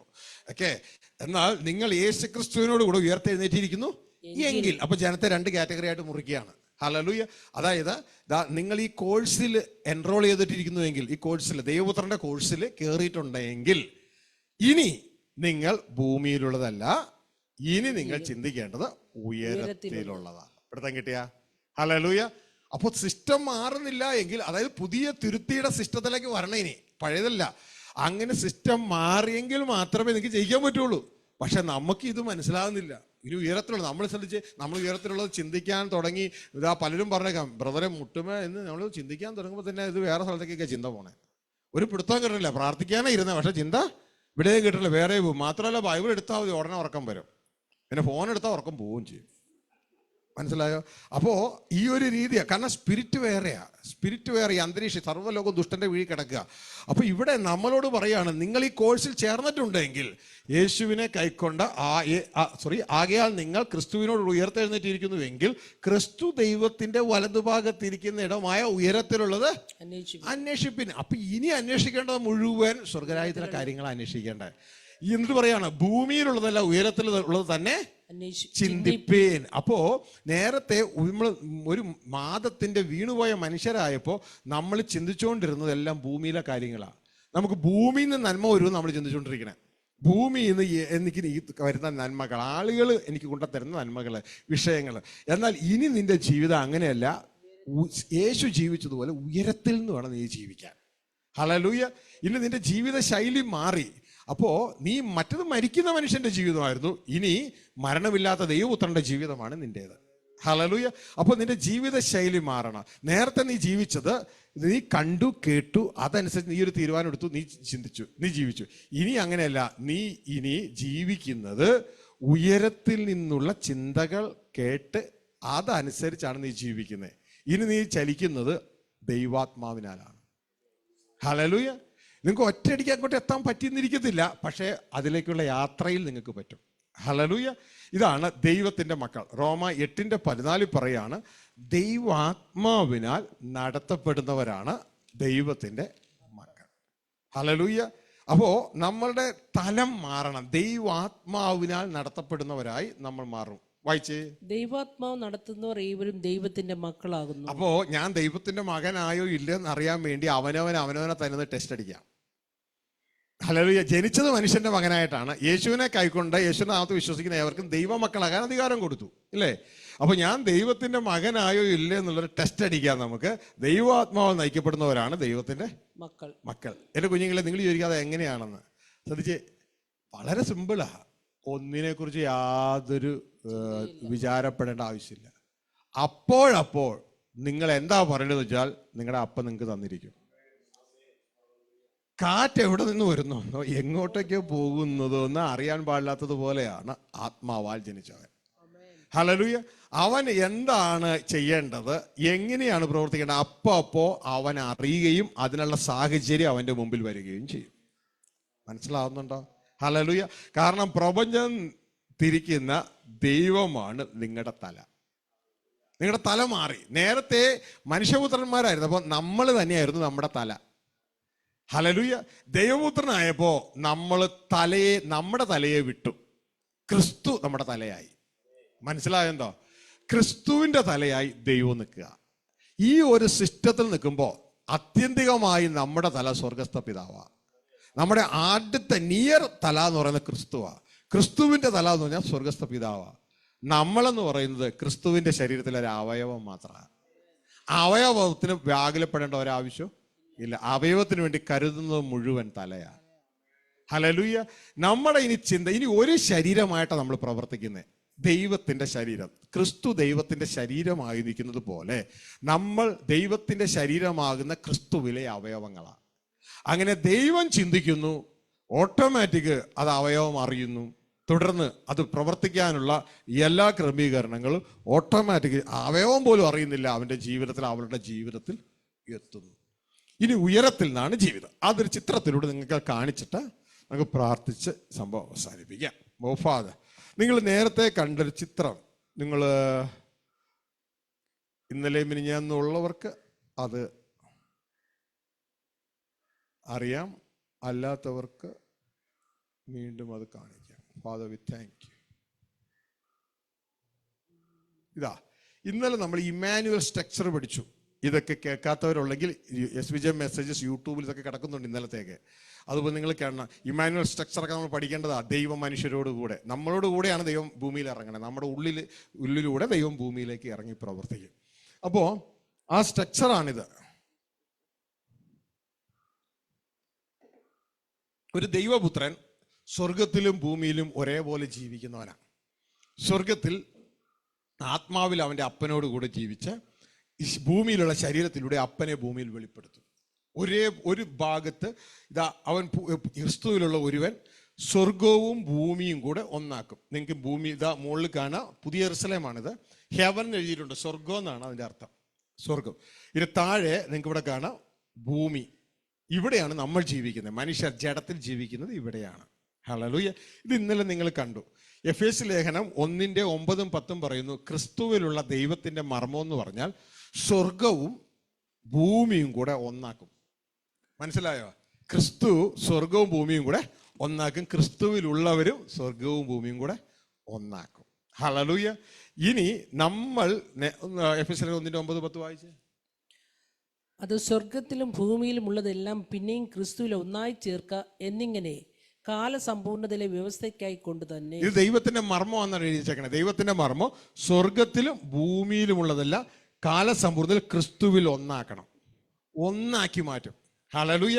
ഇനി നമ്മൾ ഓരോരുത്തരും ആ ക്രിസ്തുവാകുന്ന ശരീരത്തിലെ അവയവങ്ങളാണ്. ഈ സ്ട്രക്ചർ നമ്മൾ മനസ്സിലാക്കണം. ധാരാളം അവയവങ്ങൾ, ഒരു body. Many members, one body. ഈ സിസ്റ്റം ഇന്നലെ കേൾക്കാത്തവർക്ക് വേണ്ടി ഒന്നുകൂടി പറയാം. ഇതാ, നിങ്ങൾക്ക് യേശു ക്രിസ്തുവിൻ്റെ രൂപമാണ് നിങ്ങൾ കാണുന്നത്. യേശു ക്രിസ്തുവിൻ്റെ രൂപത്തിൽ ഇതാ, ഇത് ചർച്ചിനെയാണ് ഇത് റെപ്രസെൻ്റ് ചെയ്യുന്നത്. ഇതാ ക്രിസ്തു തല. ഈ താഴെ കാണുന്നതാണ് ക്രിസ്തുവിൻ്റെ ശരീരം, ബോഡി ഓഫ് ക്രൈസ്റ്റ്, സഭ. ഈ സഭയിൽ യേശുവിനെ കർത്താവായി ദൈവപുത്രനായി സ്വീകരിച്ച ഏവരും ഇതിൻ്റെ ഉള്ളിലുണ്ട്. ഹല്ലേലൂയ. ഇതുകൊണ്ടാണ് എൻ്റെ മുഖവും ഇവിടെ ഇതിൻ്റെ ഉള്ളിൽ കാണാം. ഇവിടെയുള്ള അതായത് ഓരോ ദൈവദാസന്മാർ രക്ഷിക്കപ്പെട്ട ഓരോരുത്തരുടെയും മുഖം ഇതിൻ്റെ ഉള്ളിലുണ്ട്. നിങ്ങളുടെയൊക്കെ ഇതിൻ്റെ ഉള്ളിലുണ്ട്. നിങ്ങൾ സത്യ ക്രിസ്തുവിനെയാണ് സ്വീകരിച്ചതെങ്കിൽ ഇതിന് ഉള്ളിലുണ്ട്. മനസ്സിലായി? യേശുവിനെ ദൈവപുത്രനായി സ്വീകരിച്ച ഏതൊരു വ്യക്തിയും, ദൈവത്തിൻ്റെ വചനം പറയുന്നു, ദൈവം അവനിലും അവൻ ദൈവത്തിലും വസിക്കുന്നു. ഹല്ലേലൂയ. 1 യോഹന്നാൻ 4:15. അങ്ങനെയുള്ള വ്യക്തികൾ ഇതിൻ്റെ ഉള്ളിലുണ്ട്. ഇതിൻ്റെ ഉള്ളിലുള്ളപ്പോൾ ഇതെല്ലാം കൂടി ഒരു ഒറ്റ ബോഡി ആയിട്ടാണ്, ദൈവത്തിൻ്റെ ബോഡി ആയിട്ടാണ് നമ്മൾ നിലകൊള്ളുന്നത്. ഇപ്പം നമ്മളെ മനസ്സിലാക്കണമെങ്കിൽ നമ്മുടെ തലയും നമ്മുടെ ബോഡിയും അവയവങ്ങളും പോലെ നിങ്ങൾക്ക് മനസ്സിലാക്കാം. ഇതൊരു കിങ്ഡമാണ്. മനസ്സിലായോ? ഇതൊരു കിങ്ഡമാണ്. ഈ ഒരു കിങ്ഡം ഈ ഇരിക്കുന്നതാണ് ഫ്രാൻസിസ് കിങ്ഡം. മനസ്സിലായോ? ആ ഫ്രാൻസിസ് എന്ന് പറയുന്ന ആളുടെ തല, അതാണ് കിങ്. ബാക്കിയെല്ലാമാണ് അതിൻ്റെ ബോഡിയില്ലേ, ആ ബോഡിയാണ് ആ സാമ്രാജ്യം. അതിൻ്റെ അവയവങ്ങളാണ് പ്രജകൾ എല്ലാം. ഫ്രാൻസിസ് പറഞ്ഞതിന് ഇടത്തും വലത്തും ഒരെണ്ണം പോവില്ല. എല്ലാ അവയവങ്ങളും ഇതേപോലെയാണ്. ഇത് ഷാജി കിങ്ഡം. മനസ്സിലാകുന്നുണ്ടോ? ഇതാ അരുൺ കിങ്ഡം. ഇതേപോലെ ദൈവം തലയായിരിക്കുന്ന സാമ്രാജ്യത്തെയാണ്, ദൈവത്തിൻ്റെ പരമാധികാരത്തെയാണ് ദൈവരാജ്യം എന്ന് പറയുന്നത്. ഹല്ലേലൂയ. അത് മുഴുവൻ ക്രിസ്തുവിലാണ്. ഹല്ലേലൂയ. ക്രിസ്തു ദൈവത്തിൻ്റെ ശരീരമാണ്. ദൈവത്തിൻ്റെ സർവ്വസമ്പൂർണതയും ദേഹരൂപമായി ക്രിസ്തുവിൽ, ശരീരരൂപത്തിൽ, തലരൂപത്തിലല്ല, തല സ്വർഗസ്ഥ പിതാവാ, ശരീരരൂപത്തിൽ ക്രിസ്തുവിൽ വസിക്കുക. നമ്മളോ ആ ക്രിസ്തുവിൻ്റെ ശരീരത്തിലെ അവയവങ്ങളായി വസിക്കുക. എല്ലാം കൂടി ഒരൊറ്റ ബോഡി. അങ്ങനെ ഏക ശരീരമായി നമ്മളെ വിളിച്ചിരിക്കുകയാണ്. ഇതാ കൊളോസ്യ ലേഖനം 2:9 വായിച്ച്. കൊളോസ്യ ലേഖനം 2:9. അത് കഴിഞ്ഞാൽ 1 കൊരിന്ത്യർ 11:3. കൊളോസ്യ ലേഖനം 2:9. അവനിലല്ലോ ദൈവത്തിന്റെ സർവസമ്പൂർണതയും ദേഹ രൂപമായി വസിക്കുന്നത്. ആ ക്രിസ്തുവിലല്ലോ ദൈവത്തിന്റെ സർവസമ്പൂർണതയും ദേഹരൂപം, തലരൂപമല്ല, ദേഹരൂപം വസിക്കുന്നത്. ആ ക്രിസ്തു ദൈവത്തിന്റെ ശരീരം എന്ന നിലയിലാണ് പ്രവർത്തിക്കുന്നത്. ഇതുകൊണ്ടാണ് മുഖാന്തരം എന്ന് പറയുന്നത്. നമ്മളുടെ ജീവിതത്തിൽ ഇതാ നമുക്ക് കാരണഭൂതനുമുണ്ട്, മുഖാന്തരമുണ്ട്. തല ചിന്തിക്കുന്നു, എനിക്ക് ഇച്ചിരി വെള്ളം കുടിക്കണം. എന്നാൽ തലയ്ക്ക് വെള്ളം കുടിക്കണമെങ്കിൽ മുഖാന്തരമായ കൈ വേണം, ശരീരം വേണം. അങ്ങനെ ശരീരം മുഖാന്തരം, കൈ മുഖാന്തരം തല ഇച്ചിരി വെള്ളം കുടിച്ചു. മനസ്സിലായോ? ഇതേപോലെ തന്നെ ഇതാ ദൈവത്തിന്റെ ശരീരമായി ക്രിസ്തു നിൽക്കുകയാണ്. ഇനി ക്രിസ്തുവിന്റെ തലയായി നിൽക്കുന്നത് ദൈവമാണ്. ഇതാണ് 1 കൊരിന്ത്യർ 11:3 പറയുന്നത്. സ്ത്രീയുടെ തല പുരുഷൻ, പുരുഷന്റെ തല ക്രിസ്തു, ക്രിസ്തുവിന്റെ തല ദൈവമെന്ന് നിങ്ങൾ അറിയണം, സഭ അറിയണം. ഈ ഹെഡ് സിസ്റ്റം അറിഞ്ഞെങ്കിലേ നിങ്ങൾക്ക് നല്ല രീതിയിൽ ജീവിക്കാൻ പറ്റും. കാരണം തലയെ മുറുകെ പിടിക്കാത്തവൻ്റെ ബിരുദ് പോകും. ഹല്ലേലൂയ. അതിനൊരു ഹെഡ് സിസ്റ്റം നിങ്ങൾ അറിയണം. സാധാരണ സഭകളിൽ ഒന്നും വായിക്കത്തില്ല. കാരണം നേരത്തെ കാരണവന്മാർ പഠിപ്പിച്ചത് വേറെ രീതിയിലാണ്. അതുകൊണ്ട് ഇങ്ങനെ പഠിപ്പിച്ചു കഴിഞ്ഞാൽ അത് പൊട്ടും. അതുകൊണ്ട് അത് പൊട്ടാതിരിക്കാൻ ഇത് മിണ്ടൂല്ല. ഫസ്റ്റ് ഒന്ന് വായിക്കുക. 1 കൊരിന്ത്യർ 11:3 മുതൽ. എന്നാൽ ഏത് പുരുഷന്റെയും തല ക്രിസ്തു, സ്ത്രീയുടെ തല പുരുഷൻ, ക്രിസ്തുവിന്റെ തല ദൈവം എന്ന് നിങ്ങൾ അറിയണമെന്ന് ചർച്ച പറയണം. നിങ്ങൾ അറിയണം. You should know this. You should know this. ഈ ഹെഡ് സിസ്റ്റം നിങ്ങൾ അറിയണം. സ്ത്രീയുടെ തല പുരുഷനാണെന്നറിയണം, പുരുഷന്റെ തല ക്രിസ്തുവാണെന്നറിയണം, ക്രിസ്തുവിന്റെ തല ദൈവമാണെന്ന് നിങ്ങൾ അറിയണം. നിങ്ങൾ അറിയണം. ഇത് അറിഞ്ഞില്ലെങ്കിൽ പെട്ടുപോയത് തന്നെ. കാരണം ഒരു ഹെഡ് സിസ്റ്റം ഉണ്ട്. ആ ഹെഡ് സിസ്റ്റത്തിൽ പ്രവർത്തിക്കണം. കാരണം ഈ തലയിൽ നിന്നാണ് നമുക്ക് എല്ലാ സപ്ലൈ വരുന്നത്. ഹെഡ് സിസ്റ്റം അറിഞ്ഞില്ലെങ്കിൽ സപ്ലൈ ബ്ലോക്ക് ആവും. ഹല്ലേലൂയ. സപ്ലൈ ബ്ലോക്ക് ആയാൽ ദൈവികമായ വളർച്ച ഇല്ലാതെയാവും. ഹല്ലേലൂയ. ഇതാണ് കൊളോസ്യ ലേഖനം 2:18-19 പറയുന്നത്. ഇത് എന്തുകൊണ്ടാണ് അറിയണത് എന്ന് ദൈവത്തിന് യു ഷുഡ് നോ എന്ന് പറഞ്ഞില്ലേ. ഇത് സഭക്കാർക്ക് ഇത് അറിയത്തില്ല. ഇത് അറിയാത്തത് കൊണ്ടുള്ള വലിയ കുഴപ്പമെന്ന് പറഞ്ഞാൽ അവർക്ക് വളർച്ചയില്ല. കാരണം അവർക്ക് സപ്ലൈ ഇല്ല. ദൈവത്തിന്റെ വചനം പറയുന്നു, തലയായവനിൽ നിന്നല്ലോ ശരീരം മുഴുവൻ ഏകീഭവിച്ച് അവർക്ക് വേണ്ടതെല്ലാം സപ്ലൈ ചെയ്യപ്പെട്ട് ദൈവികമായ വളർച്ച പ്രാപിക്കുന്നത്. വായിച്ചേ 2:18-19. കൊളോസ്യർ 2:18-19. താഴ്മയിലും ദൂതന്മാരെ ആരാധിക്കുന്നതിലും രസിച്ച് സ്വന്തം ദർശനങ്ങളിൽ പ്രവേശിക്കുകയും തന്റെ ജഡ മനസ്സിനാൽ വെറുതെ ചീർക്കുകയും തലയെ മുറുകെ പിടിക്കാതിരിക്കുകയും ചെയ്യുന്നവൻ ആരും നിങ്ങളെ വിരുതി തെറ്റിക്കരുത്. തലയെ മുറുകെ പിടിക്കാതെ സ്വന്തം ദർശനങ്ങളിൽ പ്രവേശിച്ച് ഒരു ഭക്തിമാർഗമൊക്കെ പറഞ്ഞ് നിങ്ങളെ കൊണ്ടുപോകുന്നവൻ നിങ്ങളുടെ സമ്മാനം അടിച്ചു കളയും. തലയെ മുറുകെ പിടിക്കുന്നവൻ വേണം. തലയെ മുറുകെ പിടിക്കും. ഈ സിസ്റ്റം മുറുകെ പിടിക്കണം. തലയെ മുറുകെ പിടിച്ചില്ലെങ്കിൽ നിങ്ങളുടെ സമ്മാനം പോകും. ഹല്ലേലൂയ. നിങ്ങളുടെ വിരുദ് പോകും. പൗലോസൊക്കെ എന്തിനു വേണ്ടി ഓടിയേ? വിരുദിനു വേണ്ടി ഓടുന്നേ. പിൻപിനുള്ളതിനെ മറന്ന് മുൻപിനുള്ള ലക്ഷ്യമാക്കി ക്രിസ്തുയേശുവിൽ ദൈവത്തിന്റെ പരമുള്ള വിരുദിനായി ഓടുകയാ. ഇവിടെ പറയുന്നത് നിന്റെ വിരുദ് പോകും. തലയെ മുറുകെ പിടിച്ചില്ല നിന്റെ വിരുദ് പോകും. നമ്മുടെ തല ക്രിസ്തുവിന്റെ തല ദൈവം. ക്രിസ്തു എപ്പോഴും തലയെ മുറുകെ പിടിക്കും. ക്രിസ്തു പറയുന്ന യോഹന്നാൻ 8:29 ഇത് ഇങ്ങോട്ട് നമ്മൾ തിരിച്ചു പറഞ്ഞു കേട്ടോ. യോഹന്നാൻ 8:29 ക്രിസ്തു പറയാണ്, ഞാൻ എപ്പോഴും തലയെ മുറുകെ പിടിക്കുന്നത് കൊണ്ട് എൻ്റെ പിതാവ് എന്നെ ഏകനായി വിട്ടിട്ടില്ല. തലയെ മുറുകെ പിടിക്കുക. എങ്ങനെ? എൻ്റെ പിതാവിന് ഇഷ്ടമുള്ളത് ഞാൻ ചെയ്യുന്നു. വായിക്കേ. എന്നെ അയച്ചവൻ എന്നോട് കൂടെയുണ്ട്. എന്നെ അയച്ചവൻ, എന്റെ ഹെഡ് എന്റെ കൂടെയുണ്ട്. ഞാൻ എല്ലായ്പ്പോഴും അവന് പ്രസാദമുള്ളത് ചെയ്യുന്നത് കൊണ്ട് അവൻ എന്നെ ഏകനായി വിട്ടിട്ടില്ല. കണ്ടോ? തലയെ മുറുകെ പിടിച്ചില്ലെങ്കിൽ ഏകനായി വിടും. ഹല്ലേലൂയ. ഇതാണ് ആദത്തിന് പറ്റിയേ. തലയെ മുറുകെ പിടിച്ചില്ല, ഭാര്യ പറഞ്ഞത് കേട്ടുപോയി, ഏകനായി വിട്ടു. അപ്പൊ യേശു പറയാണ്, ഞാൻ എപ്പോഴും എൻ്റെ തലയെ മുറുകെ പിടിക്കുന്നത് കൊണ്ട് അവൻ എന്നെ ഏകനായി വിട്ടിട്ടില്ല. ഇവിടെയും പറയുന്നു, തലയെ മുറുകെ പിടിക്കാത്തവർ ആരും നിങ്ങളുടെ വിരുദ് തെറ്റിക്കരുത്. ഇനിയിപ്പോ കൊളോസ്യർ 2 നമ്മൾ വായിച്ചതിന്റെ താഴേക്ക് വായിക്കേ.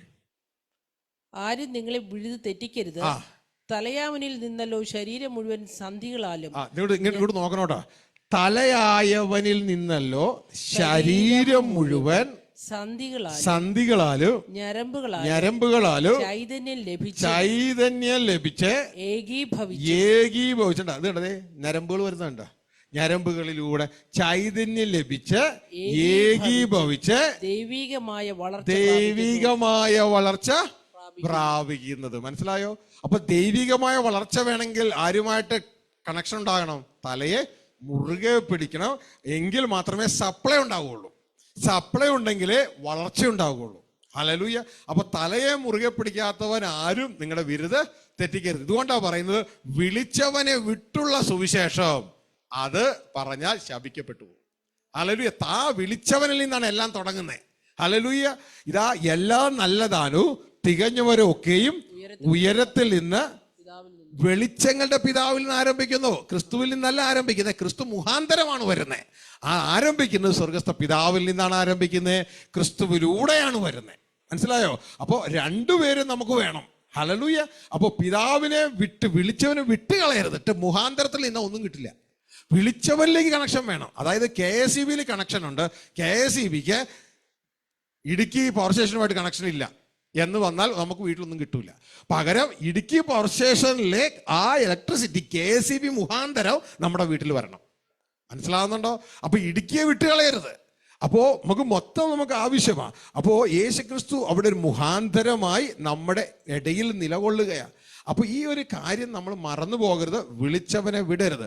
അപ്പോ ഇവിടെ പറയുകയാണ്, ഈ സിസ്റ്റത്തില് ഇതാ 1 കൊരിന്ത്യർ 11:3 നമ്മൾ വായിച്ചു, ക്രിസ്തുവിന്റെ തല ദൈവം, നമ്മുടെ തല ക്രിസ്തു. ഇനി നാം ഓരോരുത്തരും, ദൈവത്തിന്റെ വചനം പറയുന്നു 1 കൊരിന്ത്യർ 6:15, ഈ ക്രിസ്തു ആകുന്ന ശരീരത്തിലെ അവയവങ്ങളാണ്. ഹല്ലേലൂയ. ഇത് എല്ലാം കൂടെ ഒരു ബോഡിയാണ്. 1 കൊരിന്ത്യർ 6:15 എടുത്തോ? വായിച്ചു. നിങ്ങൾ ശരീരങ്ങൾ ക്രിസ്തുവിന്റെ അവയവങ്ങളാകുന്നു എന്ന് അറിയുന്നില്ലയോ? നിങ്ങളുടെ ശരീരങ്ങൾ ക്രിസ്തുവിന്റെ അവയവങ്ങളാണ്. ഹല്ലേലൂയ. ഇത് എല്ലാം കൂടി ഒരു ബോഡിയാണ്. ഇതാ എഫേസ്യർ 4:4 മുതൽ 6 വരെ വായിക്കുമ്പോൾ ഇതിൽ ആത്മാവിന്റെ ഐക്യതയുണ്ട്. അതൊക്കെ 3 എഴുതിയേക്കണേ. അതൊക്കെ നമുക്കിപ്പോൾ സമയമില്ലാത്തത് കൊണ്ട് അതിന്റെ 4, 5, 6 ഭാഗം ഒന്ന് വായിച്ചേ. നിങ്ങളെ വിളിച്ചപ്പോൾ ഏക പ്രത്യാശയ്ക്കായി നിങ്ങളെ വിളിച്ചതുപോലെ ശരീരം ഒന്ന്. ശരീരം എത്രയാ? ഒന്ന്. എല്ലാം കൂടി ഒറ്റ ശരീരമേ ഉള്ളൂ. ദൈവത്തിന്റെ ശരീരമാണ് നമ്മൾ ക്രിസ്തുവിൽ. ഹല്ലേലൂയ. ശരീരം ഒന്ന്, ആത്മാവ് ഒന്ന്. ആത്മാവ് എത്രയാ? ഒന്ന്. കണ്ടോ? ആത്മാവ് ഒന്ന്. ഈ നീല ലൈൻ ഒഴുകണുണ്ടോ? ഇതെല്ലാം ആരംഭിക്കുന്നത് സ്വർഗസ്ഥ പിതാവിൽ നിന്നാണ്. സ്വർഗസ്ഥ പിതാവിൽ നിന്ന് ആരംഭിക്കുകയാണ്. ജീവൻ ആരംഭിക്കുന്നത് സ്വർഗസ്ഥ പിതാവിൽ നിന്നാണ്. ഹല്ലേലൂയ. ആത്മാവ് ഒന്ന്. ശ്രദ്ധിച്ച്, ഇത് നിങ്ങൾക്ക് മനസ്സിലായി. ഈ ആത്മാവാണ്, ഈ ആത്മാവിന്റെ നദി നമുക്ക് നിരന്തരം വേണം. ഈ ആത്മാവാണ് ജീവൻ സപ്ലൈ ചെയ്യുന്നത്. ഹല്ലേലൂയ. ഈ ആത്മാവാണ് ദൈവത്തിന്റെ ചിന്തകൾ നമുക്ക് സപ്ലൈ ചെയ്യുന്നത്. ഇതാണ് ദൈവത്തിന്റെ സപ്ലൈ ലൈനാണ്. ഇടുക്കിയിൽ നിന്ന് ലൈൻ വന്നില്ലേ KSEBിലേക്ക്, ഇത് KSEB ലൈൻ ഇങ്ങോട്ട് വരികയല്ലേ. ഇതേപോലെ തന്നെ ഈ ആത്മാവിലൂടെയാണ് ദൈവത്തിൻ്റെ ജീവൻ, ദൈവത്തിൻ്റെ സപ്ലൈ, ദൈവത്തിൻ്റെ ഇൻഫർമേഷൻ ഒക്കെ നമുക്ക് വരുന്നത് ഈ ആത്മാവിലൂടെയാണ്. ഹല്ലേലൂയ. ഇതുകൊണ്ടാണ് ക്രിസ്തുവിനെ കുറിച്ച് പറയുന്നത്. ഇതാ ദൈവത്തിന് അവിടെ തിരിച്ചു പറഞ്ഞ ഇവിടെ അവിടെ മടക്കി വെച്ചിട്ട് ഇങ്ങോട്ട് പോക്കോ. ഇതാ യോഹന്നാന്റെ സുവിശേഷം 5-ാം അധ്യായം, അതില് ക്രിസ്തുവിനെ കുറിച്ച് അതിന്റെ 26-ാം വാക്യം പറയാണ്. ക്രിസ്തുവിന് ജീവൻ കിട്ടിയത് എവിടെ നിന്നറിയാമോ? ക്രിസ്തുവിന് ജീവൻ കിട്ടുന്നത് ഈ പിതാവിൽ നിന്നാണ്. വായിക്കേ. പിതാവിന് തന്നിൽ തന്നെ ജീവനുള്ളത് പോലെ. ഇതാ നിങ്ങൾക്ക് ക്രിസ്തുവിന്റെ തല, ഇതാ ഗോഡ് എന്ന് എഴുതിയേക്കുന്നുണ്ട് ഇവിടെ, അപ്പൻ. ഈ ക്രിസ്തുവിന് പിതാവിന് തന്നിൽ തന്നെ ജീവനുള്ളത് പോലെ അവൻ പുത്രനും തന്നിൽ തന്നെ ജീവനുള്ളവൻ ആകുമാർ വരം നൽകി. പുത്രനും തന്നിൽ തന്നെ ജീവനുണ്ടാകുവാൻ പിതാവ് വരം കൊടുത്തിരിക്കുക. മനസ്സിലാവുന്നുണ്ടോ? അപ്പൊ പിതാവിന് ജീവനുണ്ട്. ഫസ്റ്റ് കൊരിന്ത്യർ 6:15 പറയുന്നു, താൻ മാത്രം അമർത്യതയുള്ളവനോ അടുത്തുകൂടാൻ കഴിയാത്ത വെളിച്ചത്തിൽ വസിക്കുന്നവനോ ഇതാ മനുഷ്യരാരും കാണാത്തവനുമായ ആ സ്വർഗസ്ഥ പിതാവ് തക്ക സമയത്ത് ഇതാ പ്രത്യക്ഷത വരുത്തും. താൻ മാത്രം അമർത്യതയുള്ള പിതാവിന് തന്നിൽ തന്നെ ജീവനുള്ളതുപോലെ പുത്രനും ജീവനുണ്ടാകാൻ വരം കൊടുത്തിരിക്കുന്നു. അങ്ങനെ ആ ആത്മാവിന് പുത്രനിലേക്ക് കൊടുത്തിരിക്കുകയാണ്. താഴേക്ക് പുത്രനും ജീവനുണ്ടാകാൻ വരം കൊടുത്തിരിക്കുന്നു. ഇനി പുത്രൻ ജീവിക്കുന്നത് എങ്ങനെയാ? അതിന്റെ 6:57 വായിച്ച്. 6:57 പുത്രൻ പറയാണ്, ഞാൻ ജീവിക്കുന്നത് എങ്ങനെയാണെന്നറിയാവോ? എന്റെ പിതാവ് മൂലമാണ് ഞാൻ ജീവിക്കുന്നത്. അല്ലെങ്കിൽ 6:57 വായിച്ച്. ജീവനുള്ള പിതാവ് എന്നെ അയച്ചിട്ട്. ജീവനുള്ള പിതാവ്, പിതാവിന് എന്നാ ഉണ്ട്? ജീവനുണ്ട്. ജീവനുള്ള പിതാവ് എന്നെ അയച്ചിട്ട് ഞാൻ പിതാവിൻ മൂലം ജീവിക്കുന്നത് പോലെ. അപ്പൊ യേശുക്രിസ്തു എങ്ങനെ ജീവിക്കുന്നേ? പിതാവിൻ മൂലമാണ് ജീവിക്കുന്നേ. മനസ്സിലായോ? താൻ മാത്രം അമർത്യതയുള്ള പിതാവ് തന്നിൽ തന്നെ ജീവനുള്ളതുപോലെ പുത്രനും ജീവനുണ്ടാകാൻ വരം കൊടുത്തിരിക്കുകയാണ്. ഹല്ലേലൂയ. അപ്പോ ആ പുത്രൻ പറയാണ്, ഞാൻ ജീവിക്കുന്നത് എൻ്റെ പിതാവ് തന്ന ജീവൻ മുഖാന്തരമാണ് ഞാൻ ജീവിക്കുന്നത്. ആ പുത്രനെയാണ് പിതാവ് ഭൂമിയിലേക്ക് അയക്കുന്നത്. എന്തിനു വേണ്ടി? ഈ ജീവൻ കൊണ്ടുപോയി എൻ്റെ മക്കൾക്ക് കൊടുക്ക്. അങ്ങനെയാണ് യേശു വന്നിട്ട് പറയുന്നത്, ഞാൻ അയക്കപ്പെട്ടിട്ട് വന്നത് നിങ്ങൾക്ക് ജീവൻ തരാനും അത് സമൃദ്ധിയായി തരുവാനുമാണ്. അങ്ങനെ ജീവൻ കിട്ടിയ എല്ലാവരുമാണ് ഇതിൻ്റെ ഉള്ളിലുള്ളത്. മനസ്സിലാവുന്നുണ്ടോ? ഹല്ലേലൂയ. അങ്ങനെ ജീവൻ കിട്ടിയ എല്ലാവരുമാണ് ഇതിൻ്റെ ഉള്ളിലുള്ളത്. ഇനി ഇതിനൊരു എക്സാമ്പിൾ ഞാൻ നിങ്ങൾക്ക് കാണിച്ചു തരാം. ഓ ഫാദർ, വി താങ്ക് യു.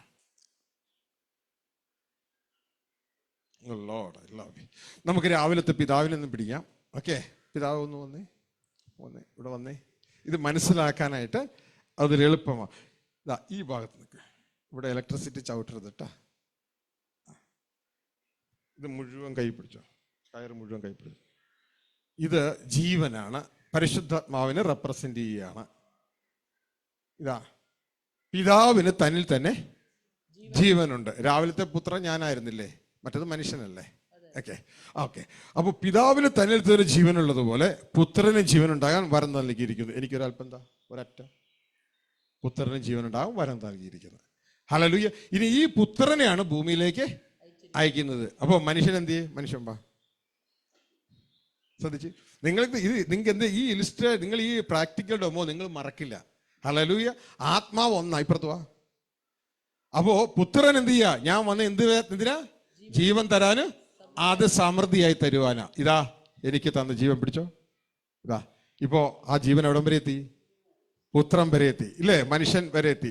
ഇതാ അപ്പോ സ്വർഗസ്ഥ പിതാവിന്റെ മകനായ ക്രിസ്തു പുത്രനാൽ ജനിക്കപ്പെട്ട ഇതാ അടുത്ത പുത്രൻ.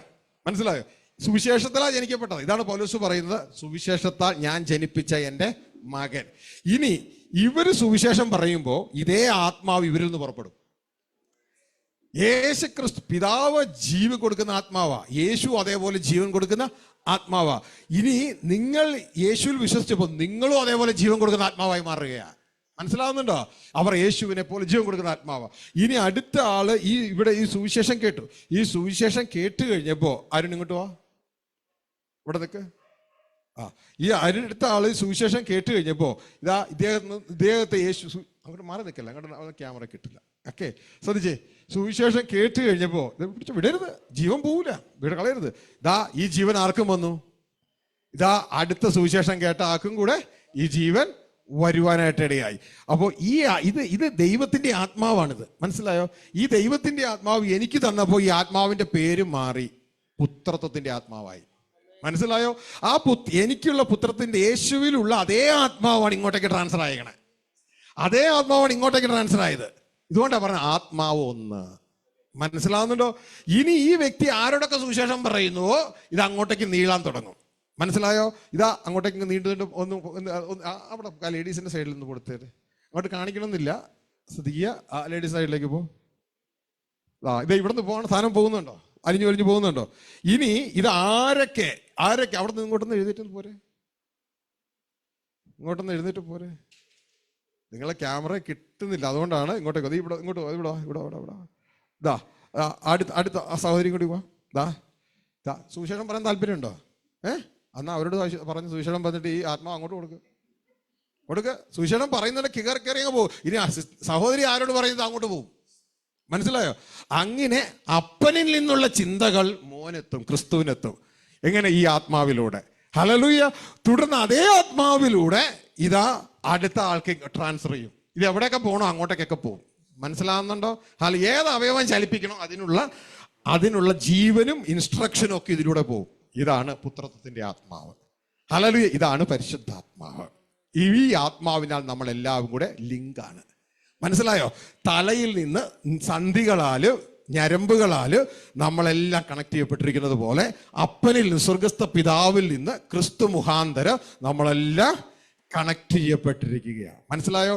ഇനി നമുക്ക് എന്തെങ്കിലുമൊക്കെ വേണമെങ്കിൽ ഇപ്പൊ ഈ കൈ ചലിപ്പിച്ച് ഇച്ചിരി വെള്ളം എടുത്ത് കുടിക്കുമെങ്കിൽ തല കാലിന് ഇൻസ്ട്രക്ഷൻ കൊടുക്കില്ല. ഹല്ലേലൂയ. വേറെ അവയവങ്ങൾക്കൊന്നും ഇൻസ്ട്രക്ഷൻ കൊടുക്കത്തില്ല. വലത് കൈക്ക് ഇൻസ്ട്രക്ഷൻ കൊടുക്കും. ദാ ഗ്ലാസ് എടുക്കൂ, ചുണ്ടരടിപ്പിക്കൂ, കുടിക്കൂ. മനസ്സിലായോ? എല്ലാം തലയിൽ നിന്നാ. ഇനി കാലിന് വേണ്ടതാണെന്നുണ്ടെങ്കിൽ, സിസ്റ്റർ കാലാണെങ്കിൽ ആ ഇൻസ്ട്രക്ഷൻ എനിക്ക് കിട്ടൂല, നേരെ ഇതുവഴി സിസ്റ്ററിന് വരും. മനസ്സിലായോ? അങ്ങനെ ദൈവം തരുന്ന ചിന്തകൾ തൻ്റെ ആത്മാവിനാൽ നയിക്കപ്പെടുന്നവരാണ് ദൈവത്തിന്റെ മക്കൾ. ഇതിലൂടെ ആർക്ക് കിട്ടുന്നുവോ അവരാണ് ദൈവത്തിന്റെ മക്കൾ. ഇതുകൊണ്ടാണ് ഇതാ ദൈവത്തിന്റെ വചനം റോമ 8:15 അവിടെ പറയുന്നത്, നാം വീണ്ടും, അതായത് ദാസ്യത്വത്തിന്റെ ആത്മാവിനെയല്ല, നേരത്തെ ലോകത്തിന്റെ ആത്മാവിനെ, ദാസ്യത്തിന്റെ ആത്മാവിനെയാ, അല്ലെങ്കിൽ പിശാചിന്റെ ആത്മാവിനെ പ്രാപിച്ച, അത് നമ്മളെ ദാസ്യരാക്കി, സ്ലേവ് ആക്കി. ഇനിയും നാം പ്രാപിച്ച ദാസ്യത്തിന്റെ ആത്മാവല്ല, പകരം ആബാ പപ്പാ പിതാവേ എന്ന് വിളിക്കുന്ന പുത്രത്വത്തിന്റെ ആത്മാവിനെയാണ് ദൈവം നമുക്ക് നൽകിയിരിക്കുന്നത്. മനസ്സിലായി? എടുത്തേക്കൊന്ന് വായിച്ച്. നിങ്ങൾ പിന്നെയും ഭയപ്പെടേണ്ടതിന് ദാസ്യത്തിന്റെ ആത്മാവിനെ അല്ല, നാം അബ്ബാ പിതാവേ എന്ന് വിളിക്കുന്ന പുത്രത്വത്തിന്റെ ആത്മാവിനെ അത്രയെ പ്രാപിച്ചു. കണ്ടോ? ആ ആത്മാവിനെയാണ് പ്രാപിച്ചത്. ഇനി നമുക്ക് ഡയറക്റ്റ് ആയിട്ട് നമ്മുടെ പപ്പയുമായിട്ട് ക്രിസ്തുയേശുവിന്റെ ബന്ധമായി. മനസ്സിലാവുന്നുണ്ടോ? ആ പുത്രത്വത്തിന്റെ ആത്മാവാണ്. നമ്മൾ ഇനി ക്രിസ്തുവിൽ ഒന്നാണ്. മനസ്സിലാവുന്നുണ്ടോ? അതുകൊണ്ട് ഇനി ഡിവിഷൻ പറഞ്ഞ് അങ്ങോട്ടും ഇങ്ങോട്ടും തല്ലുപിടിക്കുകയല്ല വേണ്ടത്. പകരം നമുക്കെല്ലാവർക്കും കൂടെ ഒരപ്പനേ ഉള്ളൂ, സ്വർഗസ്ഥനായ പിതാവ്. ഇതാണ് യേശു ക്രിസ്തു മഗ്ദലക്കാരത്തി മറിയോട് പറഞ്ഞ് താൻ ഉയർത്തെഴുന്നതിന് ശേഷം, മറിയേ, ഞാൻ ഒരിടം വരെയും പോവാ. എവിടം വരെയാണെന്നറിയാമോ? ഞാൻ നമ്മുടെ പപ്പയെ കാണാൻ പോവാ, സ്വർഗത്തിലേക്ക് പോവാണ്.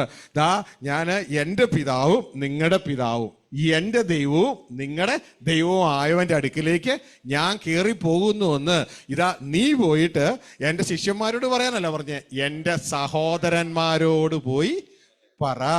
ഹല്ലേലൂയ. അപ്പോ ഈ ഒരു തലം നമ്മൾ വ്യക്തതയോടെ തിരിച്ചറിയണം. ഇനി നമ്മളെല്ലാം ഈ ആത്മാവിലൂടെയാണ് കമ്മ്യൂണിക്കേഷൻ. ഇനിയിപ്പോ അരുണിന് എന്തെങ്കിലും അറിയണമെങ്കിൽ അത് മൊത്തം വരുന്നത് ഇതിലൂടെയാണ്. ഇതാണ് എഴുതിയിരിക്കുന്നത്, ദൈവം തന്നെ സ്നേഹിക്കുന്നവർക്ക് കൊടുത്തിരിക്കുന്നത്. മനസ്സിലായോ? തരുന്നത് ഒരു കണ്ണ് കണ്ടിട്ടില്ല, അതായത് ഭൂമിയിൽ നിന്നല്ല വരുന്നേ, ചെവി കേട്ടിട്ടില്ല, അത് ഭൂമിയിൽ നിന്നല്ല വരുന്നേ, പകരം ദൈവം തന്റെ ആത്മാവിനാൽ നമുക്കത് വെളിപ്പെടുത്തി തരും. മനസ്സിലായി? ഇനി അത് വരുന്നതൊക്കെ ഉയരത്തിൽ നിന്നാണ്. ഇതുകൊണ്ടാണ് പറഞ്ഞത്, ഇനിയും കീഴിൽ നിന്നല്ല ഉയരത്തിൽ നിന്നാണ് നമ്മുടെ ജീവിതം വരേണ്ടത്. ഫസ്റ്റ് കൊരിന്ത്യർ 2:9 നമുക്കത് കാണുവാൻ കഴിയും, ഈ നമ്മുടെ ജീവിതം എങ്ങനെയാണ് എന്നുള്ളത്. ഹല്ലേലൂയ. അപ്പോ അത് വ്യക്തതയോടെ നാം മനസ്സിലാക്കുക. ഫസ്റ്റ് കൊരിന്ത്യർ 2:9 എടുത്തെങ്കിൽ ഒന്ന് വായിക്കാം. ദൈവം തന്നെ സ്നേഹിക്കുന്നവർക്ക് ഒരുക്കിയിട്ടുള്ളത്, അപ്പൻ തന്നെ സ്നേഹിക്കുന്നവർക്ക് ഒരുക്കിയിട്ടുള്ളത് കണ്ണ് കണ്ടിട്ടില്ല, ചെവി കേട്ടിട്ടില്ല. കാരണം കണ്ണ് കാണുന്നതും ചെവി കേൾക്കുന്നതും ഭൂമിയിലുള്ളതാ. ഹല്ലേലൂയ. ചെവി കേട്ടിട്ടില്ല, ഒരു മനുഷ്യന്റെ ഹൃദയത്തിൽ മനുഷ്യന്റെ ഹൃദയത്തിൽ തോന്നിയിട്ടില്ല, പിന്നെ എന്ന് എഴുതിയിരിക്കുന്നത് പോലെ തന്നെ നമുക്കോ. അപ്പൊ ഇത് വേറെ കാറ്റഗറിയാ. നമുക്കോ ദൈവം തന്റെ ആത്മാവിനാൽ തന്റെ ആത്മാവിനാൽ കണ്ടോ കയറി തന്റെ ആത്മാവിനാൽ വെളിപ്പെടുത്തിയിരിക്കുന്നു. അത് വെളിപ്പെടുത്തിയിരിക്കുന്നു. മനസ്സിലാകുന്നുണ്ടോ? ഇനി അതിന്റെ 12 വായിച്ചേ. നാമോ ലോകത്തിന്റെ ആത്മാവിനെ അല്ല, ലോകത്തിന്റെ ആത്മാവ്, നേരത്തെ ലോകത്തിന്റെ ഭയത്തിന്റെ ആത്മാവായിരുന്നു, ആ ആത്മാവിനെ അല്ല ദൈവം നമുക്ക് നൽകിയത് അറിയാനായി ദൈവത്തിൽ നിന്നുള്ള ആത്മാവിനെ അത്രയെ പ്രാപിച്ചിരിക്കുന്നത്. മനസ്സിലാവുന്നുണ്ടോ? അപ്പൊ കമ്മ്യൂണിക്കേഷൻ നടക്കുന്നത് ഇതിലൂടെയാണ്. ദൈവം എന്തൊക്കെ നമുക്ക് തരുന്നു അതൊക്കെ നമ്മൾ അറിയുന്നത് ഇതിലൂടെയാണ്. മനസ്സിലായോ? ഇതാണ് പുത്രത്തിന്റെ ആത്മാവ്. ഇതിലൂടെ നമ്മളെല്ലാം ഒരു ബോഡിയായി, ദൈവത്തിന്റെ ശരീരമായി ക്രിസ്തുവിൽ. മനസ്സിലായി? ഇതാണ് ദൈവരാജ്യം. ദൈവരാജ്യത്തിൽ ദൈവത്തിന്റെ പരമാധികാരമാണ്. ഹല്ലേലൂയ. ദൈവം ചിന്തിക്കുന്നു, അത് തൻ്റെ മക്കൾക്ക് ചിന്തയായി കൊടുക്കുന്നു. അത് മക്കൾ ഭൂമിയിൽ നിൽക്കുന്ന ശരീരം കൊണ്ട് ഭൂമിയിൽ ചെയ്യുന്നു. അങ്ങനെ സ്വർഗത്തിലെ ദൈവത്തിന്റെ ചിന്ത അതേപോലെ ഭൂമിയിൽ വിടരുന്നു. സ്വർഗരാജ്യം ഭൂമിയിലായി. മനസ്സിലായോ? ഇതാണ് പ്രാർത്ഥന. സ്വർഗസ്ഥനായ ഞങ്ങളുടെ പിതാവേ, അങ്ങയുടെ നാമം മഹത്വപ്പെടണമേ. എങ്ങനെ? അങ്ങയുടെ രാജ്യം വരണമേ. എങ്ങനെ? അങ്ങയുടെ തിരുഹിതം സ്വർഗത്തിൽ എന്നതുപോലെ ഞങ്ങൾ നിൽക്കുന്ന ഈ ഭൂമിയിലും ആയി തീരണമേ. അതിനെന്തു വേണം? അങ്ങയുടെ ചിന്തകൾ ഞങ്ങൾക്ക് അന്നുള്ള ആഹാരമായി തരണമേ. അപ്പോൾ ഞങ്ങളത് അറിയും, ഞങ്ങളത് ഈ ശരീരം ഉപയോഗിച്ച് ഭൂമിയിൽ ചെയ്യും. അതുവഴി അങ്ങയുടെ ചിന്തകൾ സ്വർഗത്തിരുന്നതുപോലെ ഭൂമിയിലും നിറവേറും. മനസ്സിലായോ? അപ്പോൾ ഇതൊന്നും നമ്മൾ അറിയാതിരിക്കാൻ പിശാചും അവന്റെ സിസ്റ്റവും വളരെ ശ്രമിക്കുന്നു. അതിലവർ ജയിച്ചു ഇരിക്കുന്നു. പക്ഷേ ദൈവത്തിന്റെ വചനം പറയുന്നു, രാജ്യത്തിന്റെ സുവിശേഷം സകല സൃഷ്ടികൾക്ക് സാക്ഷ്യമായി ലോകത്തിന്റെ അറ്റത്തോളം അറിയിക്കപ്പെടും. അതോടുകൂടെ അവസാനം.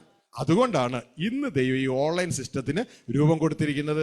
മനുഷ്യരത് പ്രസംഗിക്കുന്നില്ല എങ്കിലും ഈ ഓൺലൈൻ സിസ്റ്റത്തിലൂടെ ഇത് ലോകത്തിന്റെ അറ്റത്തോളം എത്തി ആ പ്രവചനം നിവർത്തീകരിക്കപ്പെട്ടിരിക്കുകയാണ്. അതോടെ യുഗം അവസാനിക്കുകയാണ്. മനസ്സിലാവുന്നുണ്ടല്ലോ? അപ്പൊ ദൈവത്തിന്റെ ഇഷ്ടം എന്താണെന്ന് മനസ്സിലായോ? ദൈവപുത്രന്മാരാണ് ദൈവത്തിന്റെ ഇഷ്ടം. ദൈവപുത്രന്മാരുടെ പ്രവർത്തനം എങ്ങനെയാണെന്ന് മനസ്സിലായോ? ഇങ്ങനെ ഉയരത്തിൽ നിന്നാണ്, പിതാവിൽ നിന്ന് ആരംഭിച്ച് പുത്രനായ ക്രിസ്തുവിലൂടെ വ്യാപരിച്ചു വരുന്നതാണ് ദൈവത്തിന്റെ ഇഷ്ടം. നമ്മൾ ക്രിസ്തുവിനുള്ളവർ. നമ്മുടെ തല ക്രിസ്തു ദൈവത്തിനുള്ളവൻ. മനസ്സിലായോ? ഫസ്റ്റ് കൊരിന്ത്യൻ അതിന്റെ 3:23 ലാസ്റ്റ് ഭാഗം ഒന്ന് വായിച്ചേ. ഹല്ലേലൂയ. നമ്മൾ ക്രിസ്തുവിനുള്ളവർ, നിങ്ങളോ ക്രിസ്തുവിലുള്ളവർ. ശ്രദ്ധിച്ചേക്കുക, നിങ്ങളോ. ഫസ്റ്റ് കൊരിന്ത്യൻ 3:23 അല്ലേ? ഇതാ നിങ്ങൾ ഈ മനുഷ്യരില്ലേ, ഇത്രയും ദൈവമക്കള്, ഈ ദൈവമക്കൾ ക്രിസ്തുവിനുള്ളവർ. കാരണം ക്രിസ്തുവാണ് കാൽവരി ക്രൂശിലെ യാഗത്തിലൂടെ നേടിയത്. ക്രിസ്തുവിനുള്ളവർ. ഇനി ക്രിസ്തുവോ? ക്രിസ്തു ദൈവത്തിനുള്ളവൻ. മനസ്സിലാവുന്നുണ്ടോ? ദൈവത്തിന്റെ ശരീരമാണ് ക്രിസ്തു.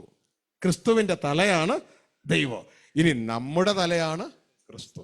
മനസ്സിലാവുന്നുണ്ടോ? കറക്റ്റായിട്ട് പേര് കൊടുത്തിരിക്കണേ. നമ്മൾ ക്രിസ്തുവിനുള്ളവർ, ക്രിസ്തു ദൈവത്തിനുള്ളവർ. നമ്മുടെ തല ക്രിസ്തുവിന്റെ തല ദൈവം. പക്ഷെ ഇന്ന് സഭകളിൽ പിശാച് ചെയ്യുന്ന കാര്യം ഈ അപ്പനെ അങ്ങ് ഒഴിവാക്കി എടുക്കുകയാണ്. അപ്പനെ ഒഴിവാക്കിയാൽ അതോടെ സപ്ലൈ തീർന്നു. ഹല്ലേലൂയ. അപ്പനെ ഒഴിവാക്കിയ പിശാച് ജയിച്ചു. അവന്റെ കിങ്ഡം ഇവിടെ കണ്ടിന്യൂ ചെയ്യാൻ കഴിയും.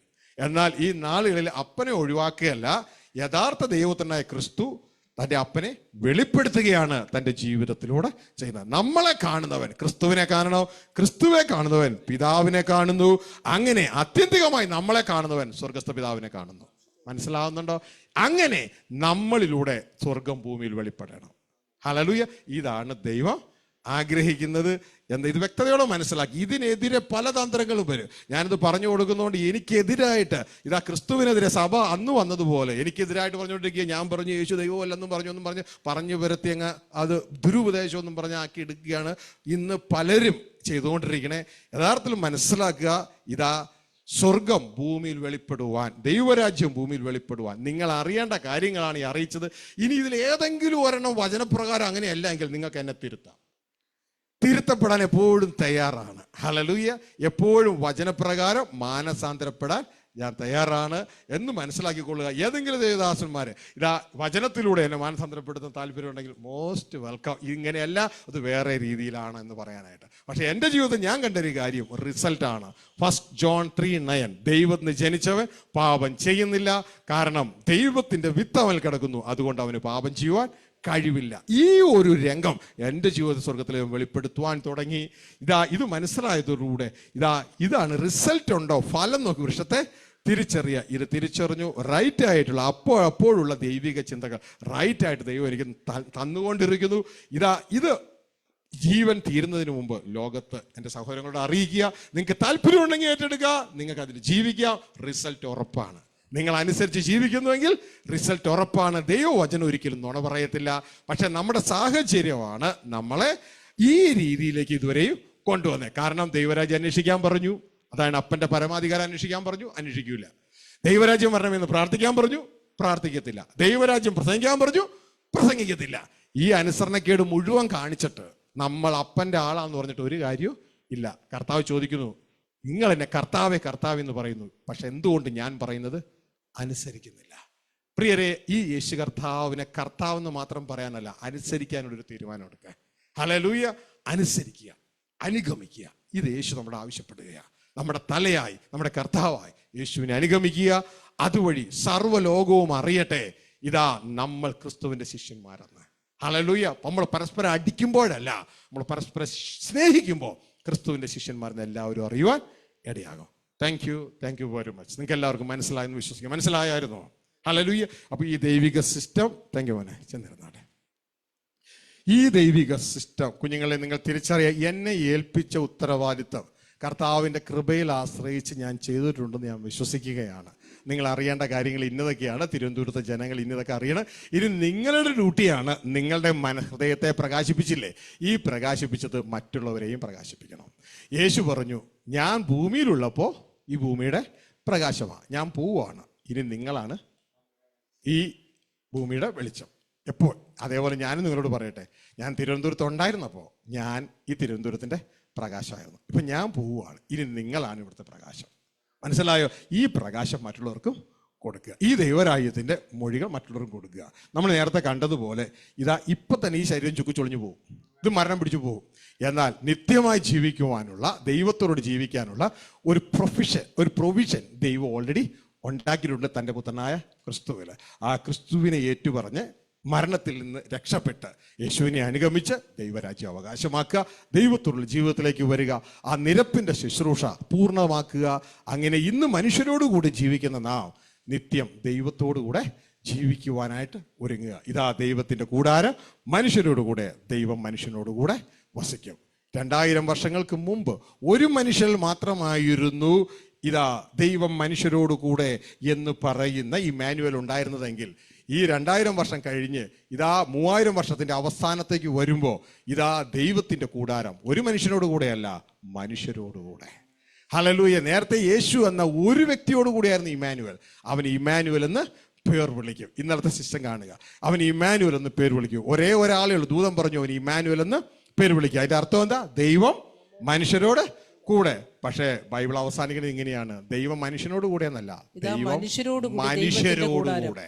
യേശുവിൽ ഒരാളിൽ സംഭവിച്ചത് ഇന്ന് 3000 ദൈവത്തിന്റെ പ്രോസസ്സ് മുഴുവൻ കഴിയുമ്പോൾ ദൈവം മനുഷ്യരോടുകൂടെ. പിന്നെ എല്ലാം ദൈവപുത്രന്മാരാ. എല്ലാ ദൈവപുത്രന്മാരും ദൈവത്തിൻ്റെ ആലയങ്ങളാണ്, ദൈവത്തെ വഹിക്കുന്നവരാണ്. അവരെവിടെ നിന്നാലും ദൈവത്തെ വെളിപ്പെടുത്തുന്നവരാണ്. അവരെ കാണുന്നവർ അവരുടെ അപ്പനെ കാണുവാനായിട്ട് ഇടയാകും. ഇതേ രീതിയിൽ ആ ക്രിസ്തുവിന് അനുരൂപമാകുവാൻ നമ്മളെ വിളിച്ചിരിക്കുകയാണ്. തൻ്റെ പുത്രൻ അനേക സഹോദരന്മാരിൽ ആദ്യജാതനാകേണ്ടതിന്, മൂത്തവനാകേണ്ടതിന് അവൻ്റെ സ്വരൂപത്തോട് അനുരൂപമാകുക. അവൻ്റെ സ്വരൂപം എന്താണ്? ഇമ്മാനുവൽ. അവൻ എവിടെ നിന്നാലും ദൈവത്തെ വെളിപ്പെടുത്തും. ആ സ്വരൂപത്തോട് അനുരൂപമാകുവാൻ ഇതാ നമ്മളെയും വിളിച്ചിരിക്കുകയാണ്, മുൻ നിയമിച്ചിരിക്കുകയാണ്. എൻ്റെ ദൈവത്തിൻ്റെ വചനം പറയുമ്പോൾ അപ്പോയിൻമെൻ്റ് ഓർഡർ കൈ കിട്ടിയെങ്കിൽ പിന്നെ എന്തിനാ ജോലിക്ക് കയറാൻ താമസം? മുൻനിയമനം കഴിഞ്ഞ് കിടക്കുക. അങ്ങനെയെങ്കിൽ ആ യേശുവിനോട് അനുരൂപമാകാൻ ദൈവം തീരുമാനിച്ചിരിക്കുന്നുവെങ്കിൽ ആ യേശുവിനെ അനുഗമിച്ച് യേശുവോട് പഠിച്ച് നമുക്ക് യേശുവിനോട് അനുരൂപമാകാം. ഈ ലോകത്തിലെ എല്ലാവരെയും സ്നേഹിക്കുക.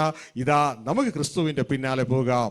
സ്വർഗസ്ഥ പിതാവുമായി ഒരു കുടുംബമായി മാറാം. അതുകൊണ്ട് നാം ഇനി അന്യരും പരദേശികളുമല്ല, വിശുദ്ധന്മാരുടെ സഹപൗരന്മാരും സ്വർഗീയ വീട്ടുകാരും അത്രേ, ദൈവത്തിൻ്റെ ഭാവനക്കാരും അത്രേ. അതുകൊണ്ട് പ്രിയ കുഞ്ഞുങ്ങളെ, ഈ ചിന്തകൾ ഏറ്റെടുത്ത് ഇതാ ക്രിസ്തുവിനെ അനുഗമിച്ച് ആ സ്വർഗീയ ഭവനക്കാരാകാൻ താല്പര്യമുണ്ടോ?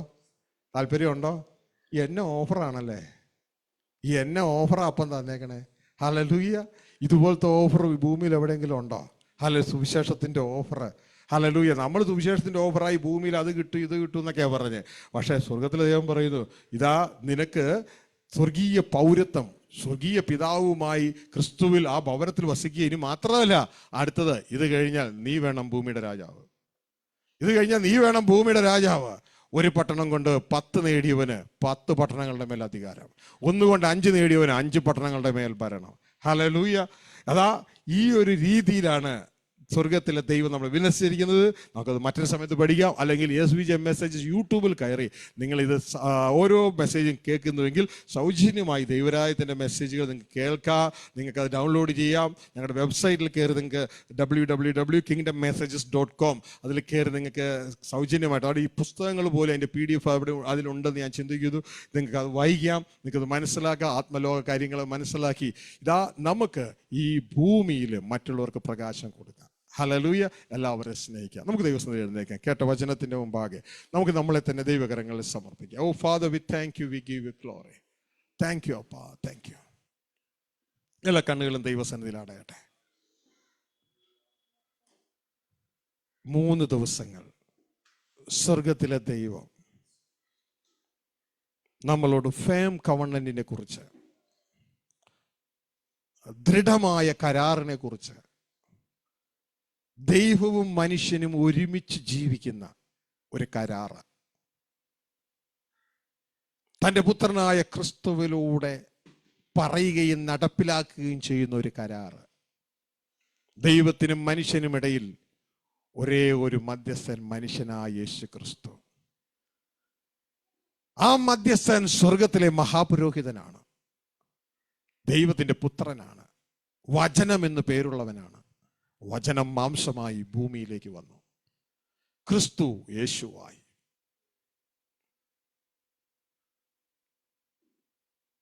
ദൈവത്തോട് നമ്മളെ നിരപ്പിക്കേണ്ടതിന് കാൽവരി ക്രൂശിൽ താൻ യാഗമായി മാറി, നമ്മളെ ദൈവ കുടുംബത്തിന്റെ ഭാഗമാക്കുവാൻ, മനുഷ്യപുത്രന്മാരായ നമ്മളെ ദൈവപുത്രന്മാരാക്കുവാൻ, മരണമുള്ള നമ്മളെ മരണമില്ലാത്തവരാക്കുവാൻ.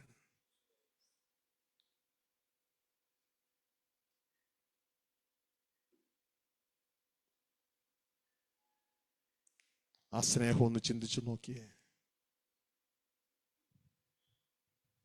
ഭൂമിയിൽ അല്പകാലം മാത്രം വസിച്ച് മരണത്താൽ പിടികൂടി, കണ്ണ് കാണാതെ ശരീരം ചുളിഞ്ഞ് ചുളിഞ്ഞ് ചുളിഞ്ഞ് മരണം പിടികൂടി അവസാനിക്കുന്ന നമ്മളെ, അല്പായുസുകാരായ നമ്മളെ ദീർഘായുസുകാരാക്കി മാറ്റുവാൻ,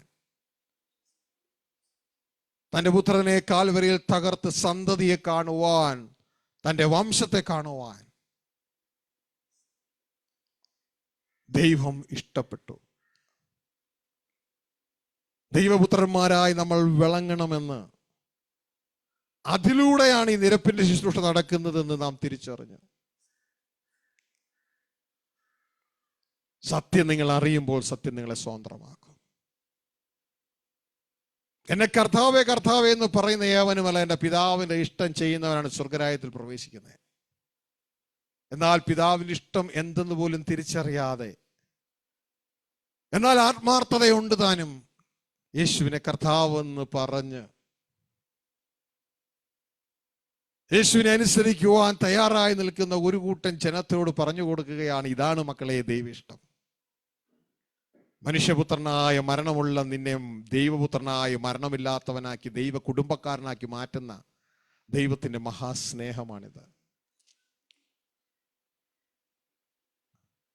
അത് തിരിച്ചറിഞ്ഞ ജനത്തോട് ദൈവം പറഞ്ഞു കൊടുത്തു ദൈവപുത്രന്മാരുടെ പ്രവർത്തനം എങ്ങനെയാണ്. അത് തലയിൽ നിന്നാണ് ആ പ്രവർത്തനം, തലയിൽ നിന്നാണ് ആ പ്രവർത്തനം ആരംഭിക്കുന്നത്. തലയെ മുറുകെ പിടിക്കാത്തവന്റെ വിരുദ് തെറ്റിപ്പോകും, സമ്മാനം പോകും. ദൈവപുത്രന്മാർ ഭൂമിയിലെ കാഴ്ചയാലും കേൾവിയാലും നയിക്കപ്പെടുന്നവരല്ല, സ്വർഗത്തിലെ അവരുടെ അപ്പന്റെ ആത്മാവിനാൽ നയിക്കപ്പെടുന്നവരാണ് ദൈവത്തിന്റെ മക്കൾ. അതുകൊണ്ട് ഇനിയും നിങ്ങൾ ഭൂമിയിലുള്ളതല്ല, ഉയരത്തിലുള്ളത് തന്നെ ചിന്തിക്കുക, ഉയരത്തിൽ നിന്ന് ചിന്തിക്കുക. ദൈവത്തെ ജനിച്ചതൊക്കെയും ലോകത്തെ ജയിക്കുന്നു. നീ ഇനി പരാജയപ്പെടുവാനുള്ളവനല്ല, നീ ജയം പ്രാപിക്കാനുള്ളവനാണ്. നീ ദൈവത്തിന്റെ മകനാണ്. യേശു ക്രിസ്തുവിനാൽ സ്വർഗത്തിലെ അപ്പൻ നിന്നെ ജനിപ്പിച്ചു. യേശു ക്രിസ്തു മരണമില്ലാത്ത നിന്റെ നിത്യ പിതാവാണ്. അപ്പോൾ തന്നെ ആ കുടുംബത്തിലെ മൂത്ത സഹോദരനാണ്. തൻ്റെ പുത്രൻ അനേക സഹോദരന്മാരിൽ ആദ്യജാതനാകേണ്ടതിന് അവന്റെ സ്വരൂപത്തോട് അനുരൂപമാകുവാൻ ദൈവം നമ്മളെ മുൻ നിയമിച്ചിരിക്കുന്നു. ആ മുൻ നിയമനത്തിലേക്ക് കടന്നു ചെല്ലുവാൻ നമുക്ക് ദൈവത്തിന്റെ കൃപയിൽ ശരണപ്പെടാം. കരങ്ങൾ രണ്ടും സ്വർഗത്തിലേക്ക് ഉയർത്തിക്കൊണ്ട്, അങ്ങയുടെ അപ്പ, ഈ സത്യങ്ങൾ മനസ്സിലാക്കുവാൻ ഞങ്ങൾക്ക് യാതൊരു യോഗ്യതയും ഇല്ലപ്പാ. അങ്ങയുടെ കരുണയാണ്, അങ്ങയുടെ കരുണയാണപ്പാ, ഞങ്ങളുടെ യോഗ്യതയല്ല, അങ്ങയുടെ കരുണയാണ്. ദാനിയേൽ പ്രാർത്ഥിച്ചതുപോലെ ഞങ്ങളുടെ പിതാക്കന്മാർ പാപം ചെയ്തു, അങ്ങ് ഞങ്ങളെ ശിക്ഷിച്ചു, അങ്ങോ നല്ലവൻ. എന്നാൽ ഇതാ ഞാൻ അങ്ങയുടെ സന്നിധിയിലേക്ക് തിരിയുന്നുപ്പാ, ഞങ്ങളോട് ക്ഷമിക്കണമേ, ഞങ്ങളോട് ക്ഷമിക്കണമേ. അങ്ങ് ഞങ്ങളെ സ്നേഹിക്കുന്ന സ്നേഹത്തിന് പകരമായി പലപ്പോഴും അങ്ങയുടെ ഹൃദയത്തിന് ഞങ്ങൾ നൊമ്പരങ്ങളെ തന്നിട്ടുള്ളൂ. ഞങ്ങളോട് ക്ഷമിക്കണമേ കർത്താവേ. അങ്ങ് തന്ന വചനത്തിനായി നന്ദി.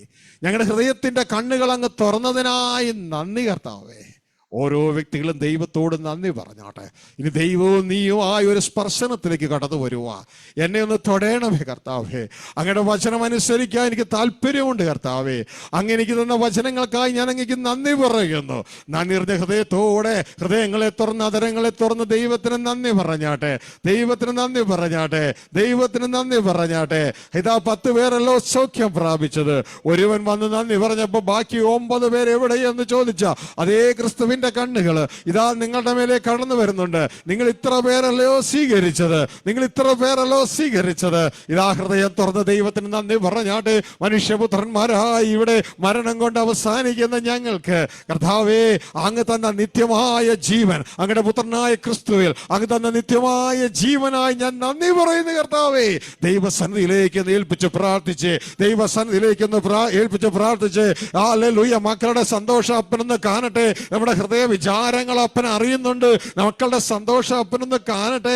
ഹല്ലേലൂയ. അപ്പാ, അങ്ങയുടെ ആത്മാവിന്റെ സമൃദ്ധി എന്റെ അകത്തളത്ത് മാത്രമല്ല, എന്റെ ഈ പുറത്ത് അഭിഷേകമായി അങ്ങ് എനിക്ക് തരണമേ എന്ന് ഓരോ മക്കളൊന്ന് പ്രാർത്ഥിച്ചു. ഓരോ മക്കളും ദൈവസന്നിധിയിൽ ഒന്ന് പ്രാർത്ഥിച്ച്, എന്റെ അകത്തളത്ത് മാത്രമല്ല, വിശ്വസിക്കുന്നതിന്റെ ഉള്ളത്തിൽ നിന്ന് തിരുവെഴുത്ത് പറയുന്നത് പോലെ ജീവജലത്തിന്റെ നദികൾ ഒഴുകുമെന്ന് പറഞ്ഞ ആ നദി ഇന്ന് നമ്മളൊരു കയറിന്റെ രൂപത്തിൽ കണ്ടു. ഒഴുകുന്ന നദി ഒരു കയറിന്റെ രൂപത്തിൽ നാം ഇന്ന് കണ്ടു. പിതാവിൽ നിന്ന് ഒഴുകുന്ന നദി, ക്രിസ്തുവിലൂടെ കടന്നു വരുന്ന നദി. ഓ ഹല്ലേലൂയ. എന്റെ ഉള്ളിലേക്ക് കടന്നു വന്ന ആ നദി, ഹല്ലേലൂയ. ഇന്ന് ആ നദി മാത്രമല്ല കപ്പ, അങ്ങയുടെ അഭിഷേകത്തിന്റെ കരയോടെ കാണുവാൻ തക്കവണ്ണം അങ്ങയുടെ ആക്കണമേ എന്ന് ഓരോ വ്യക്തി തലങ്ങൾ ദൈവത്തോട് പ്രാർത്ഥിക്കട്ടെ, ദൈവത്തോട് പ്രാർത്ഥിക്കട്ടെ. അപ്പാ, ഈ കുഞ്ഞുങ്ങളുടേതായ സന്തോഷം അങ്ങ് കാണുന്നില്ലയോ?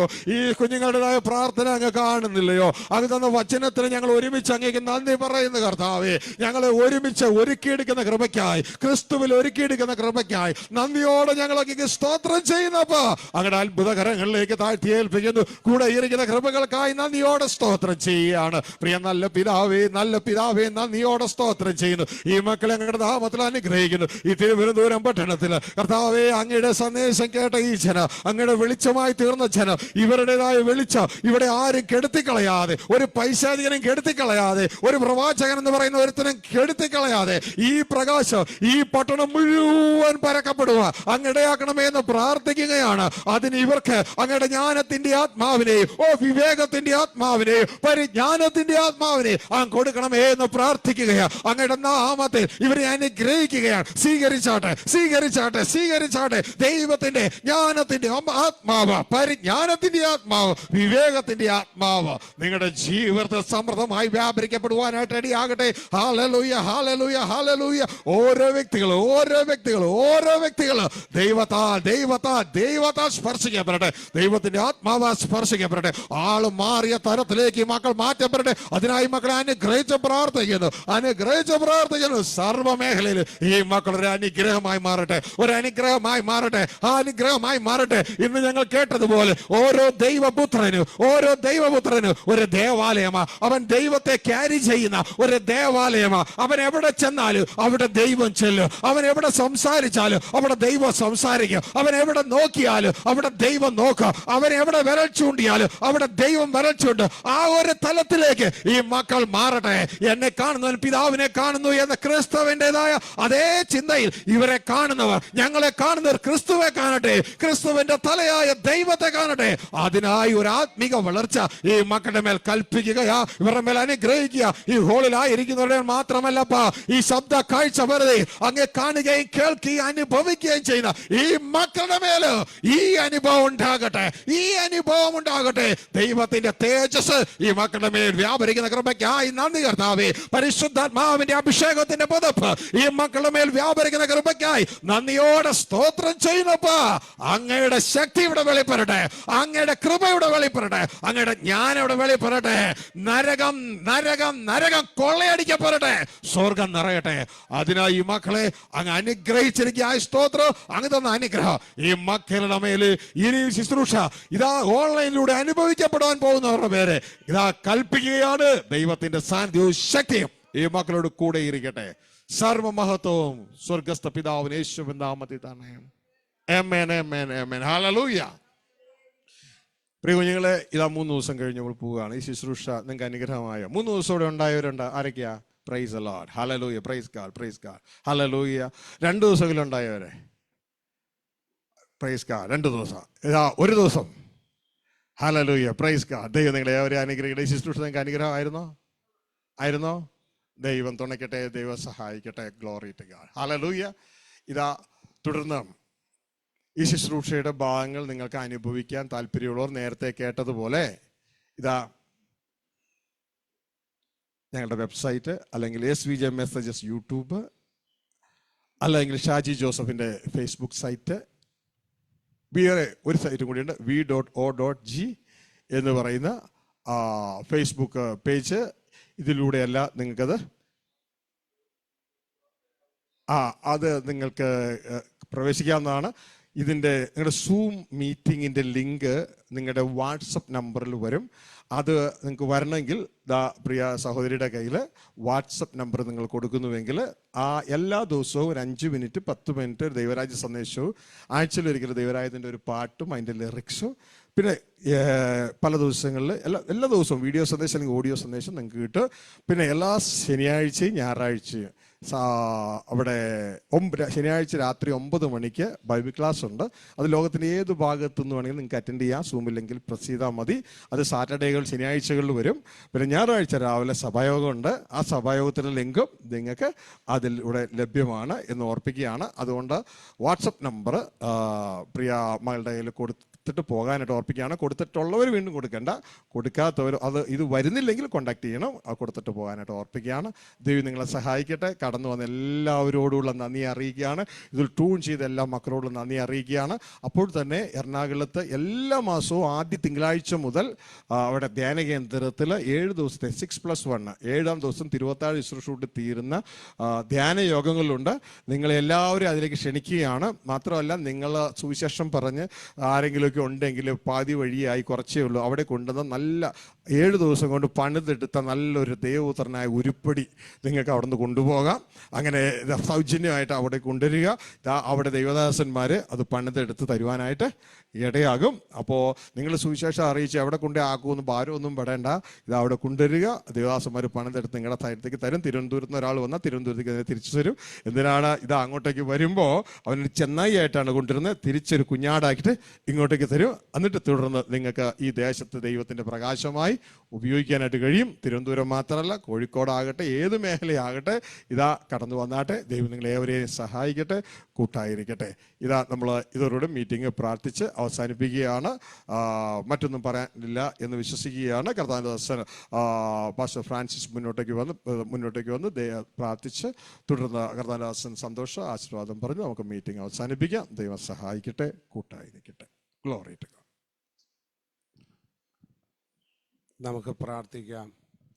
കഴിഞ്ഞ 3 ദിനത്തിലും ദൈവത്തിൻ്റെ മാറ്റമില്ലാത്ത വചനം പിന്നെ ദാസനിലേക്കൂടെ കേൾക്കുവാൻ തിരുവനന്തപുരം പട്ടണത്തിൽ നമുക്കിടയായല്ലോ. സ്തോത്രം ചെയ്യുന്ന കർത്താവേ, ഞങ്ങളുടെ പരിശുദ്ധ ദൈവമേ, സ്വർഗീയ പിതാവേ, അങ്ങയുടെ ദാസനിലേക്കൂടെ കേൾപ്പിച്ച അങ്ങയുടെ നല്ല ആലോചനകൾക്കായി സ്തോത്രം ചെയ്യുന്നു നാഥ. ചുരുക്കം പേരായിരുന്നാലും അത് കേൾക്കുവാൻ മനസ്സ് വെച്ച് കടന്നു വന്ന പ്രിയ മക്കളെ ഓർത്ത് പ്രാർത്ഥിക്കുന്നു നാഥ. കടന്നു വന്നത് നഷ്ടമല്ല എന്ന് പറയത്തക്കവണ്ണം ദൈവപ്രവൃത്തി അവരുടെ ജീവിതത്തിൽ വെളിപ്പെടുമാറാകണമേ. പരിശുദ്ധാത്മാവേ, ഹല്ലേലൂയ, ആമേ, സ്തോത്രം, ഹല്ലേലൂയ. എൻ്റെ പിതാവിൻ്റെ ഭവനത്തിൽ അനേകം വാസസ്ഥലമുണ്ടെന്ന് പറഞ്ഞ നല്ല നാഥനെ, ആ പിതാവിനെയും പിൻപറ്റുവാൻ തക്കവണ്ണം കർത്താവ് ഇടവരുത്തിയതിനായി സ്തുതിക്കുന്നു, സ്തോത്രം ചെയ്യുന്നു. അങ്ങയുടെ ദാസനെ വീണ്ടും അനേകമായിരങ്ങൾക്ക് കർത്താവ്, ഹല്ലേലൂയ, അവിടുന്ന് ബലപ്പെടുത്തണം, സഹായിക്കുമാറാകണമെന്ന് പ്രാർത്ഥിക്കുന്നു. ഈ സൂമിൽ കൂടെ കണ്ടുകൊണ്ടിരിക്കുന്ന എല്ലാ പ്രിയപ്പെട്ടവരെ സ്വർഗം അനുഗ്രഹിക്കണമേ. വീണ്ടും കർത്താവെ, തിരുവനന്തപുരം പട്ടണത്തിൽ അനേകം സ്ഥലങ്ങളിൽ കർത്താവിൻ്റെ ദാസനിൽ കൂടെയുള്ള ദൈവം കൊടുത്ത ഈ കാഴ്ചപ്പാട് അനേകം പേരോട് അറിയിക്കുവാൻ തക്കവണ്ണം സ്വർഗം ചില മുഖാന്തരങ്ങളെ ഒരുക്കുന്നതിനായി സ്തോത്രം ചെയ്യുന്നു. പ്രത്യേകിച്ച് തന്റെ ദാസന്റെ കൂടെ വന്ന ആമേ ടീമിനായി സ്തോത്രം ചെയ്യുന്നു. ഞങ്ങളുടെ ദാസന്മാർക്കായി, ദാസിമാർക്കായി സ്തോത്രം ചെയ്യുന്നു. കർത്താവേ, തന്റെ ദാസന്റെ കുടുംബത്തിന് വേണ്ടി പ്രാർത്ഥിക്കുന്നു. തന്റെ ദാസൻ ചെയ്യുന്ന പ്രവർത്തനങ്ങളെ ഓർത്ത് പ്രാർത്ഥിക്കുന്നു. തലമുറകളെ രണ്ടുപേരെയും ഓർത്ത് പ്രാർത്ഥിക്കുന്നു. പ്രിയ സഹോദരിക്ക് വേണ്ടി പ്രാർത്ഥിക്കുന്നു. അവരെ കുടുംബമായി അനുഗ്രഹിക്കണമെന്ന് പ്രാർത്ഥിക്കുന്നു. മാസത്തിൽ ഒരിക്കൽ നടക്കുന്ന ആമേ ധ്യാനത്തിന് വേണ്ടി പ്രാർത്ഥിക്കുന്നു. അതിൽ കടന്നു വരുന്ന മക്കൾ വിടുതൽ പ്രാപിക്കുവാൻ സ്വർഗമിടയാക്കണമേ. കടന്നു വന്ന എല്ലാ മക്കളെയും ഓർത്ത് പ്രാർത്ഥിക്കുന്നു. പ്രത്യേകിച്ച് കർത്താവേ, ഈ ഭവനം ഒരുക്കി തന്നവന് വേണ്ടി പ്രാർത്ഥിക്കുന്നു. കർത്താവേ, ആമേ, സ്തോത്രം, ഹല്ലേലൂയ. സക്കായി ദൈവത്തിന് വേണ്ടി ഭവനം ഒരുക്കി കൊടുത്തപ്പോ കർത്താവെ, ഈ ഭവനത്തിൽ രക്ഷ വന്നെന്ന് കർത്താവെ തിരുവചനത്തിൽ ഞങ്ങൾ വായിക്കുന്നതാ.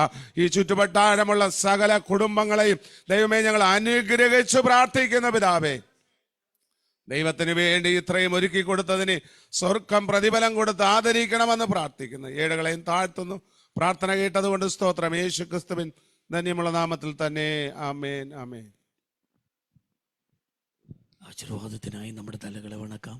പിതാവായ ദൈവത്തിൻ്റെ സ്നേഹവും പുത്രനായ യേശു ക്രിസ്തുവിൻ്റെ കൃപയും ആശ്വസിപ്പിച്ച് വഴി നടത്തുന്ന പരിശുദ്ധാത്മാവിൻ്റെ സംസർഗവും കൂട്ടായ്മയും ഇന്ന് മുതൽ എന്നേക്കും നമ്മുടെ മേലുണ്ടായിരിക്കുമാറാകട്ടെ.